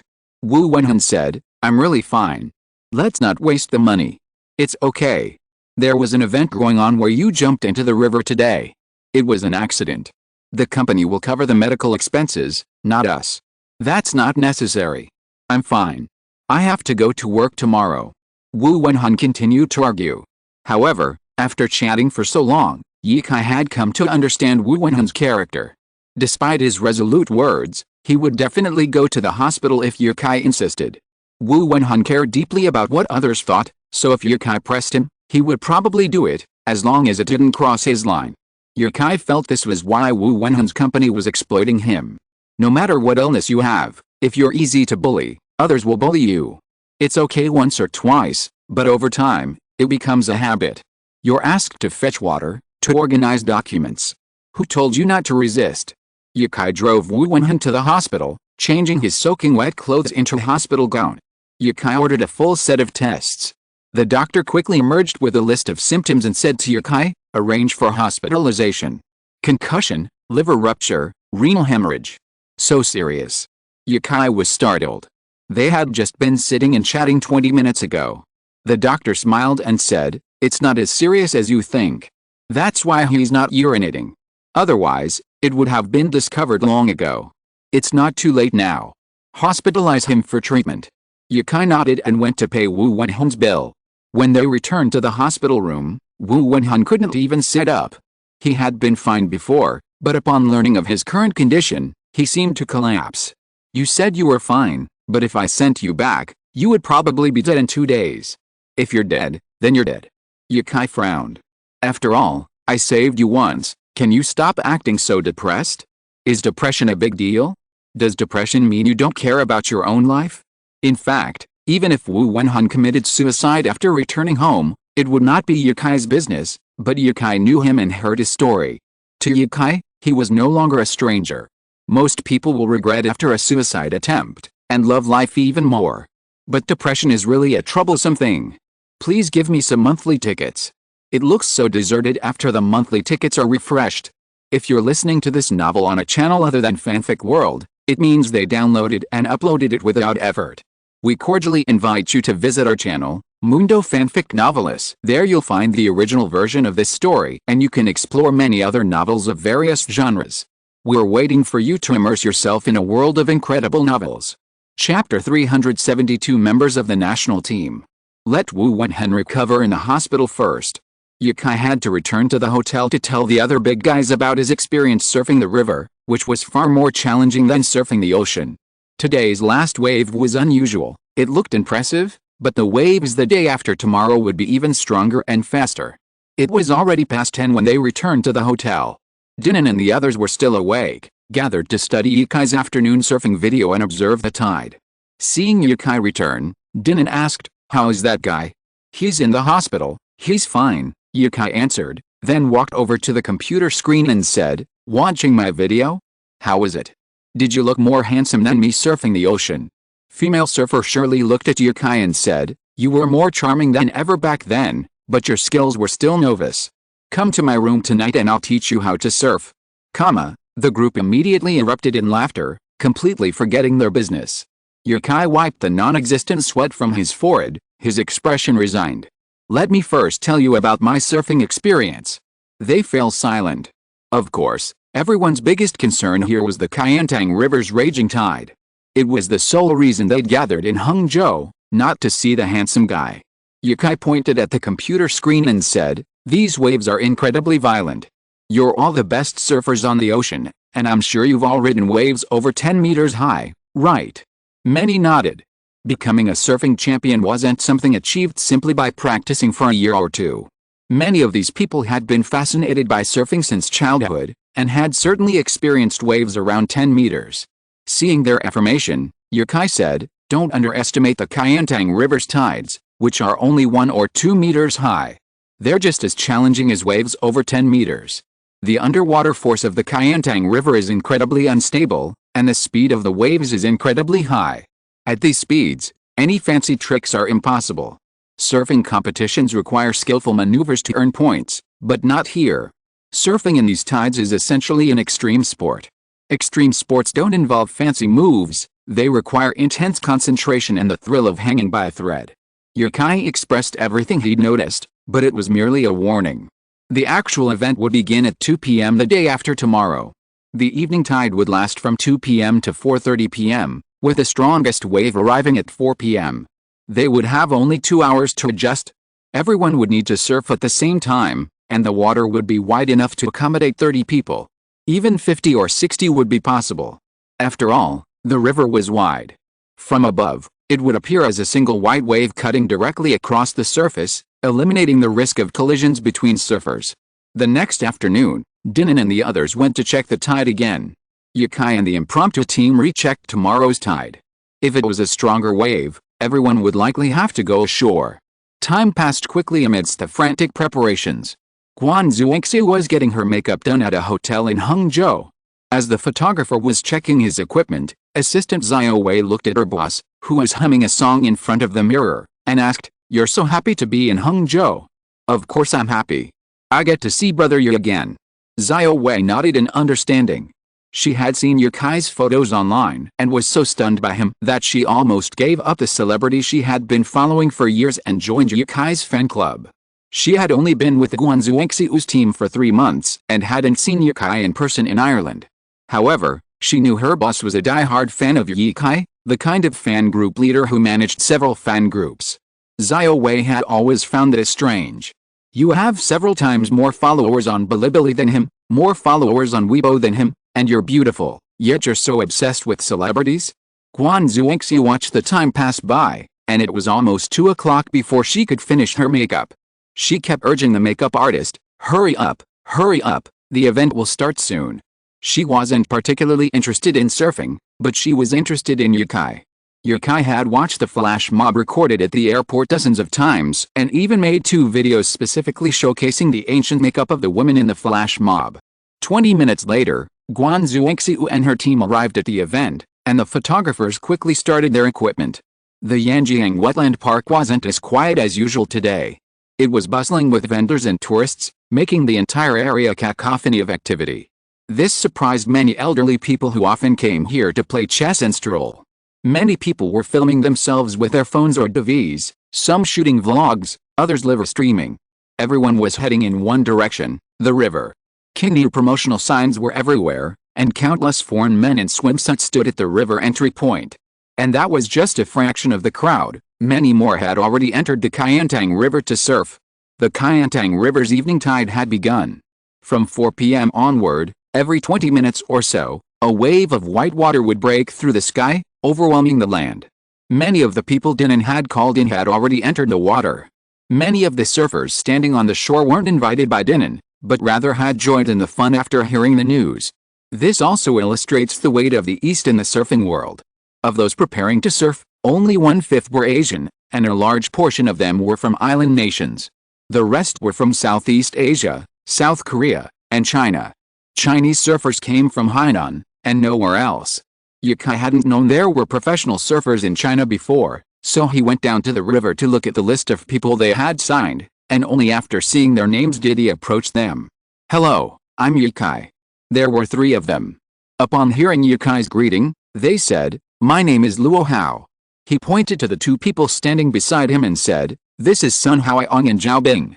They were about 1.7 meters tall, not very tall, and their skin wasn't very white, but they had good skin. "I didn't know that China also has professional surfers. When are you planning to go down?" Luo Hao said with a smile, "It's so rare to see so many masters. We plan to observe them first. Teacher Yi, we also admire your surfing skills.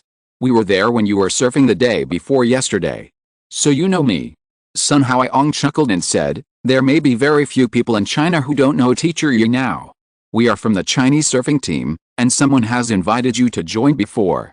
"Surfing team?" Sun Haoyong nodded and said, "Yes, surfing was included in the Olympics this year, so a group of us who play this niche sport of surfing have also been invited to the national surfing team." At this time, Yukai heard Dinan in the river shouting, "Sean, come down quickly. Let's have a competition in advance. Whoever can't hold on first will treat everyone to a midnight snack tonight." Chapter 373 Rakshasa River. After Yukai responded to Dinan, he turned to the 3 people who had spoken and asked, together. Luo Hao shook his head fiercely. Forget it. Go ahead and have fun. Be careful. Such guts. The tide only looks scary now. The truly dangerous waves haven't arrived yet. Even now, they're not willing to take the plunge. Chinese surfers still have a long way to go. Yukai waved goodbye to his fellow surfers, changed into his swimsuit in the car, and launched into the water from the lower river mouth with a new surfboard. The one he'd used the day before had been washed far away, so he had to use the new one. The onlookers cheered again at Yukai's appearance, and countless camera flashes erupted. Fortunately, it was broad daylight. At night, the flashes would have been bright enough to fill the entire day. Now, aside from the handsome men and beautiful women floating on their surfboards, the only remaining figures on the river were a group of lifeguards on their motorboats. No one else dared to stay on the river. Yukai swam over to Dinan and asked, "How are you going to compete? We've already tried the waves we've been through before, and I have to say, your waves here are pretty awesome." Dinan said excitedly. "The competition will be to see who can hold out the longest." "No," Yukai interrupted without a second thought. "The Kayantang River is regularly dammed with levees to prevent the tide from advancing. If the competition were conducted that way, Yukai wasn't sure if anyone would refuse to give up even after reaching the dam. Furthermore, today's undertow was terrifying. If they collided, even if they took shelter in the water, there was no guarantee they would be safe.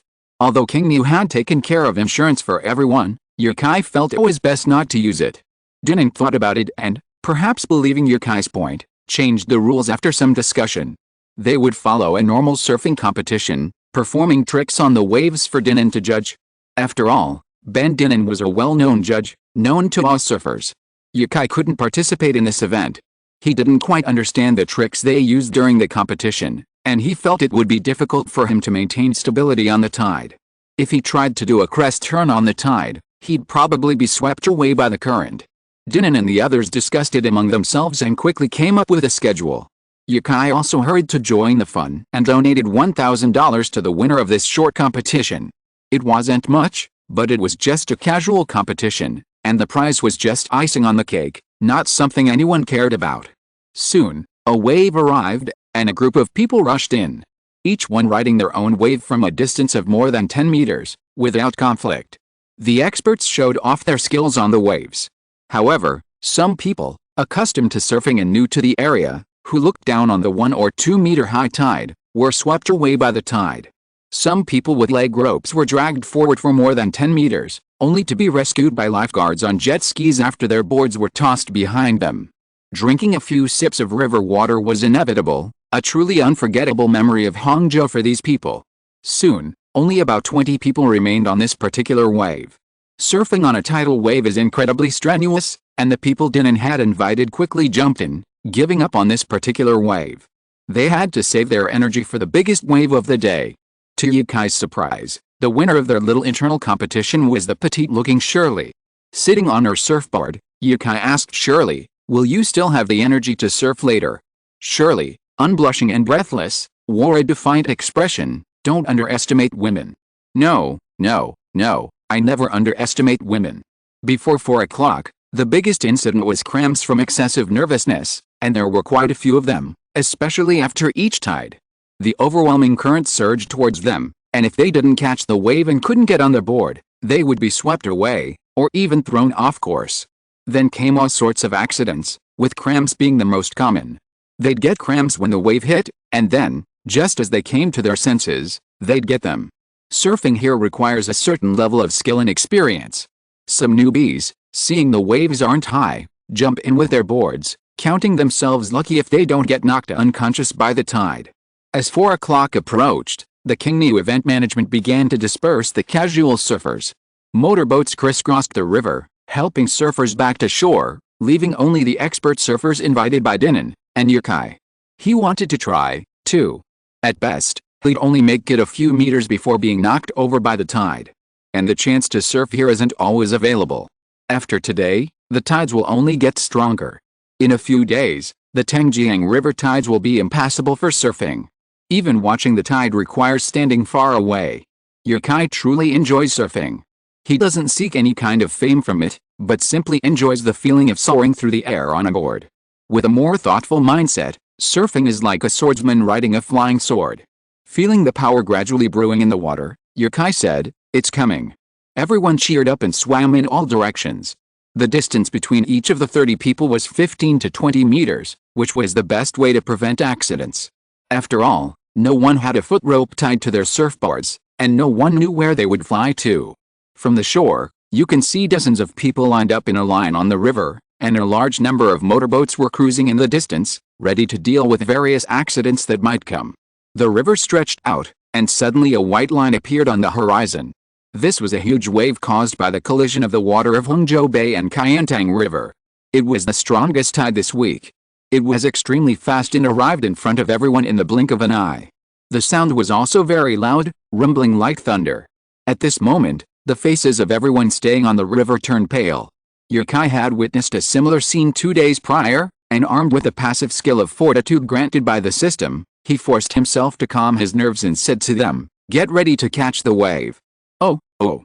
Watching the tide from shore is a completely different experience than watching it from the surface. If you're lucky enough to visit the Qiantang River on the 18th day of the 8th lunar month, you'll experience the unwavering fury of nature. On the river, they'll have to face the tide, the very nature of nature.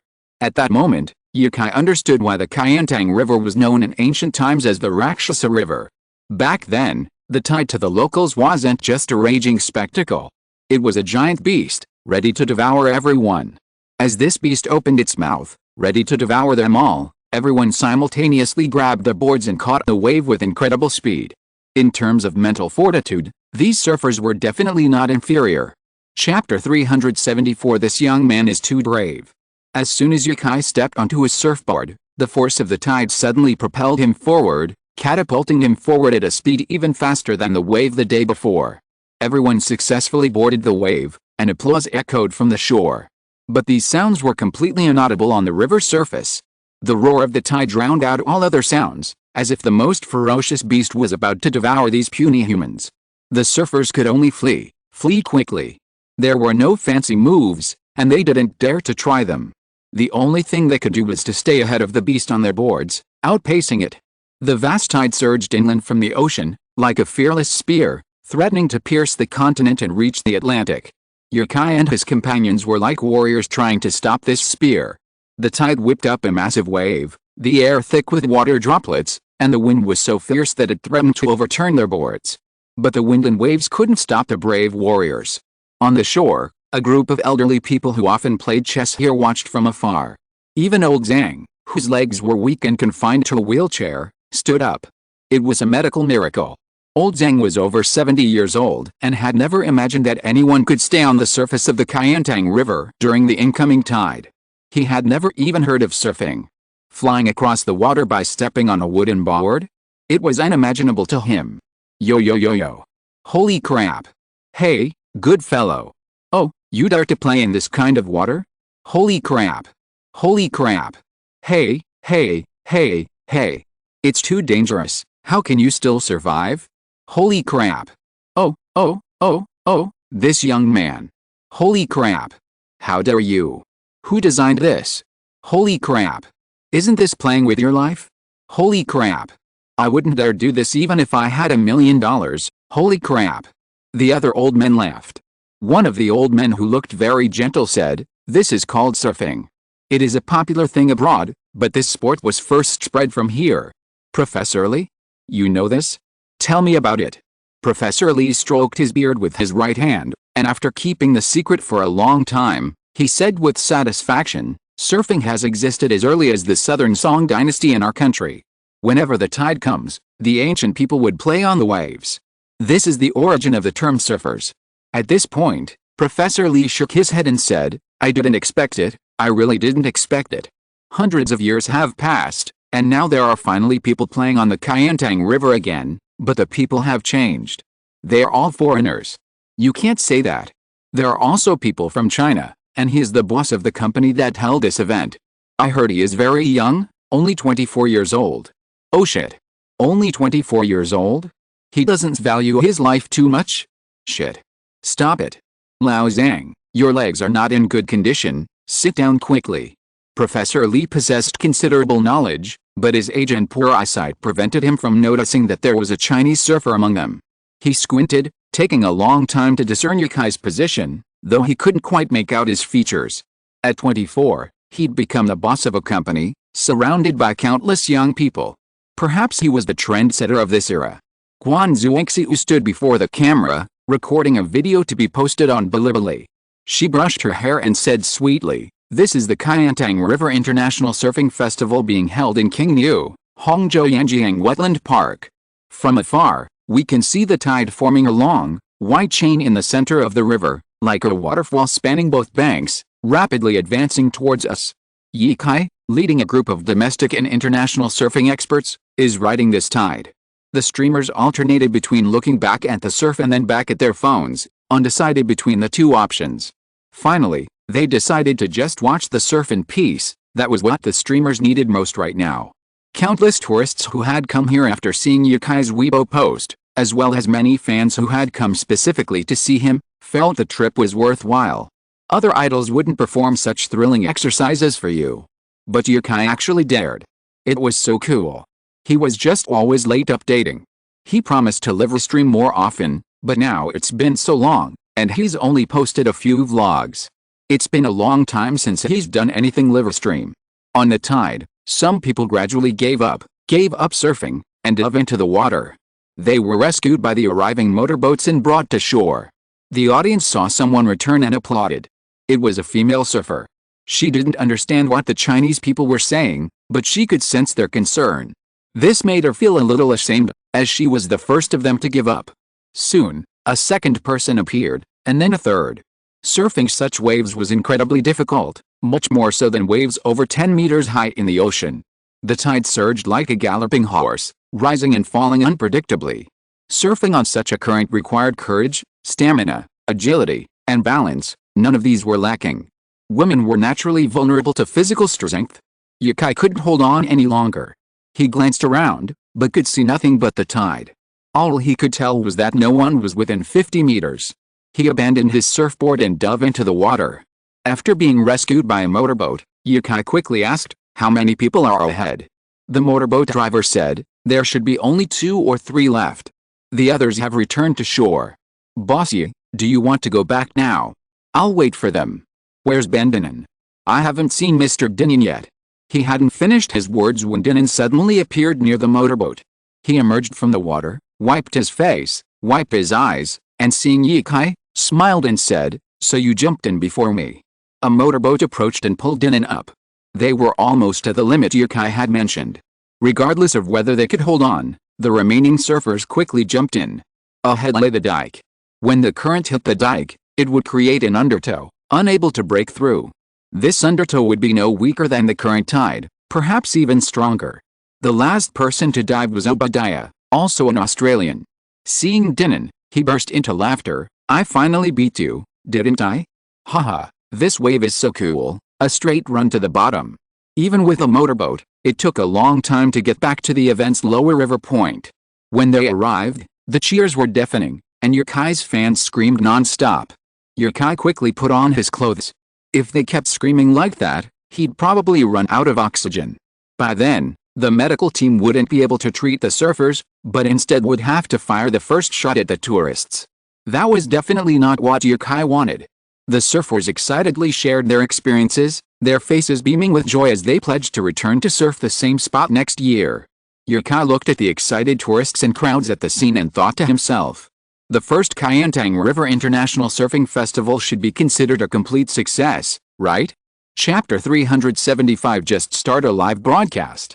How will the surfing festival held in Hangzhou on August 28 affect surfing in China? Yukai responds to media reports, "I don't recommend surfing on the Kayentang River." Who will benefit the most from the Kayentang River Surfing Festival? Yukai turned off his phone, woke up, and began a new day. As expected, this sport, once a niche activity in China, finally became a trending topic, gaining popularity within China, with some even traveling to Hainan specifically to learn surfing. Meanwhile, King Niu's sales were noticeably increasing. Yukai suspected this wasn't entirely due to the surfing festival's sponsors. Perhaps his fans were just now learning that King Niu is Yukai's business. No wonder other beverages spend so much money on celebrity endorsements. The effect is remarkable. Brushing teeth and washing face. It was already September, and Chengdu was nearing the end of summer, poised to enter winter. Yes, Chengdu didn't have spring and autumn, or rather, the 2 seasons were incredibly brief. It's like this every year. Just 2 days ago, you'd be wearing summer short-sleeved shirts, and then, a few days later, after a rain, you'd see people on the street wearing down jackets. Thankfully, September doesn't have to worry about this. There were a few unread messages on WeChat. Guan Zuixi, who had finished her new video, uploaded it late at night, and shared it with Yukai. At 2 in the morning, Wu Wenhan said to Yukai, "I'll leave those original drawings to you." Depression is truly a mysterious thing. It seems to change a person's personality, making them more sensitive, or perhaps even smarter. Since his hospitalization, Wu Wenhan has been fired from his previous company. He's now creating a small game called Love Can Overcome the Long Years. He still misses and loves his ex-girlfriend. After all, the breakup wasn't due to infidelity, perhaps it was just a simple argument. The girl said, "Go over with a computer." A normal person would try to comfort her, but only someone like Wu Wenhan, someone with a preoccupied mind or perhaps a mental disorder, would say okay. This isn't a question of being straight or not. So after the surfing festival, Yukai went to find his girlfriend. She'd been staying home crying for the past few days, a sight that made Yukai feel so sorry for her. A quarrel between lovers is just a barrier between them. If either party is willing, they can break through it and reconcile. But unfortunately, both of them were so stubborn. Yukai felt a sense of relief at their reconciliation. Honestly, he didn't know why. Yukai replied to Wu Wenhun, "Okay." The game Wu Wenhun created had no sound, only graphics. The entire scene was dark and cold, and the characters walking through the city were also cold, but as soon as the heroine appeared, the scene warmed up. Anyone who had ever been in love, or even heartbroken, could find a reflection of themselves in this game. He'd talk about the key art in a couple of days. Right now, Yukai just wanted to be at home and relax. He'd just returned to Chengdu from Hangzhou last night and hadn't rested at all. He'd been so busy lately, as if a year's worth of events had piled into these few months. So, after completing the Qingyu event, Yukai felt incredibly relaxed. All he wanted now was to stay home and play games for a few days. Then he'd go on a trip to relax. He hadn't decided where yet, so he'd see what the situation was like at the airport. He planned to take a longer trip this time, returning home around Christmas. He turned on his computer and skillfully opened League of Legends. Yukai's rank was now 530 points in King rank. Since watching the flag-raising ceremony, he felt his skills had improved. Besides his awareness, his mechanics were definitely top-notch. Over the next few days, Yukai planned to test his luck and see if he could reach the top of the national server. It wasn't an obsession. Yukai wasn't a professional gamer, so there was no need to reach such a high rank. But when a once dreamt of yours is placed before you, do you really want to fulfill it? Yukai had been playing the game for 7 years, from a naive high school student to a 24-year-old, several years after graduating from college. Yukai diligently competed in ranked matches every season, but never reached platinum or higher. He chased higher rank every year, only to fail. Now, his chance to reach the pinnacle was within reach.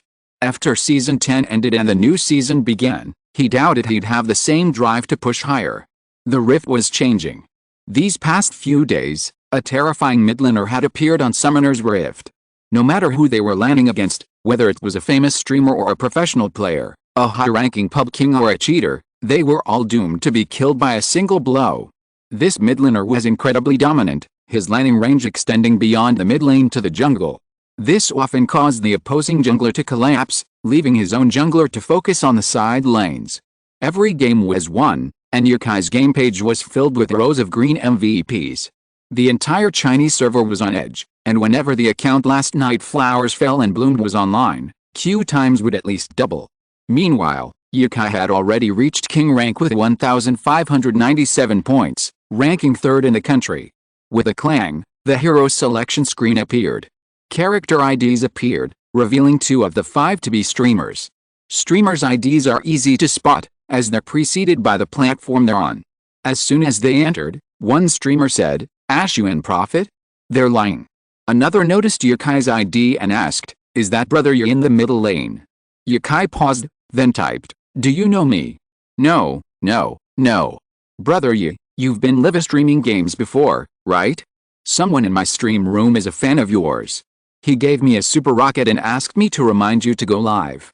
Yukai recalled how, upon returning from Ireland, he'd been a streamer for a few days while playing games at home to boost his stream. Back then, he'd only reached platinum, and even when he reached the Rift Herald, he didn't change his ID, sticking with the same name he'd used for years. Yukai typed back, "I'll start the live stream in a few days. I'll be back to travel abroad in a few days, and I should be able to start a live stream by then, and I'll also write a travelogue." A few days ago, when people asked Yukai to live stream while playing games, he'd always agreed. But now he was almost at the top, and a live stream wouldn't keep viewers watching for long. Forget it, I just focus on playing the game and quickly become the top player in China. At the start of the game, Yukai was landing against another LPL professional player, a high-ranking player in the LPL, but he was dominated from start to finish by Yukai, and his targeted skills couldn't hit him. At the end of the game, Yukai's Syndra instantly killed the top laner who had entered the fight. The opponent was instantly defeated, and the game was easily won. By then, Yukai's teammates' live streams were practically exploding. Many people who only knew Yukai later realized that he was actually a League of Legends fan, and at such a high rank, almost a top player in China. This news quickly spread beyond the live streaming community, reaching Yukai's followers on Weibo. So thousands of people wrote in blood. Brother Kai. Please do a live broadcast. We miss you so much.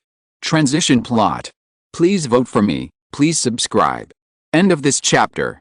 Thank you very much for reaching the end. Don't forget to like. Looking for more exclusive content and immediate access? Subscribe to our Patreon.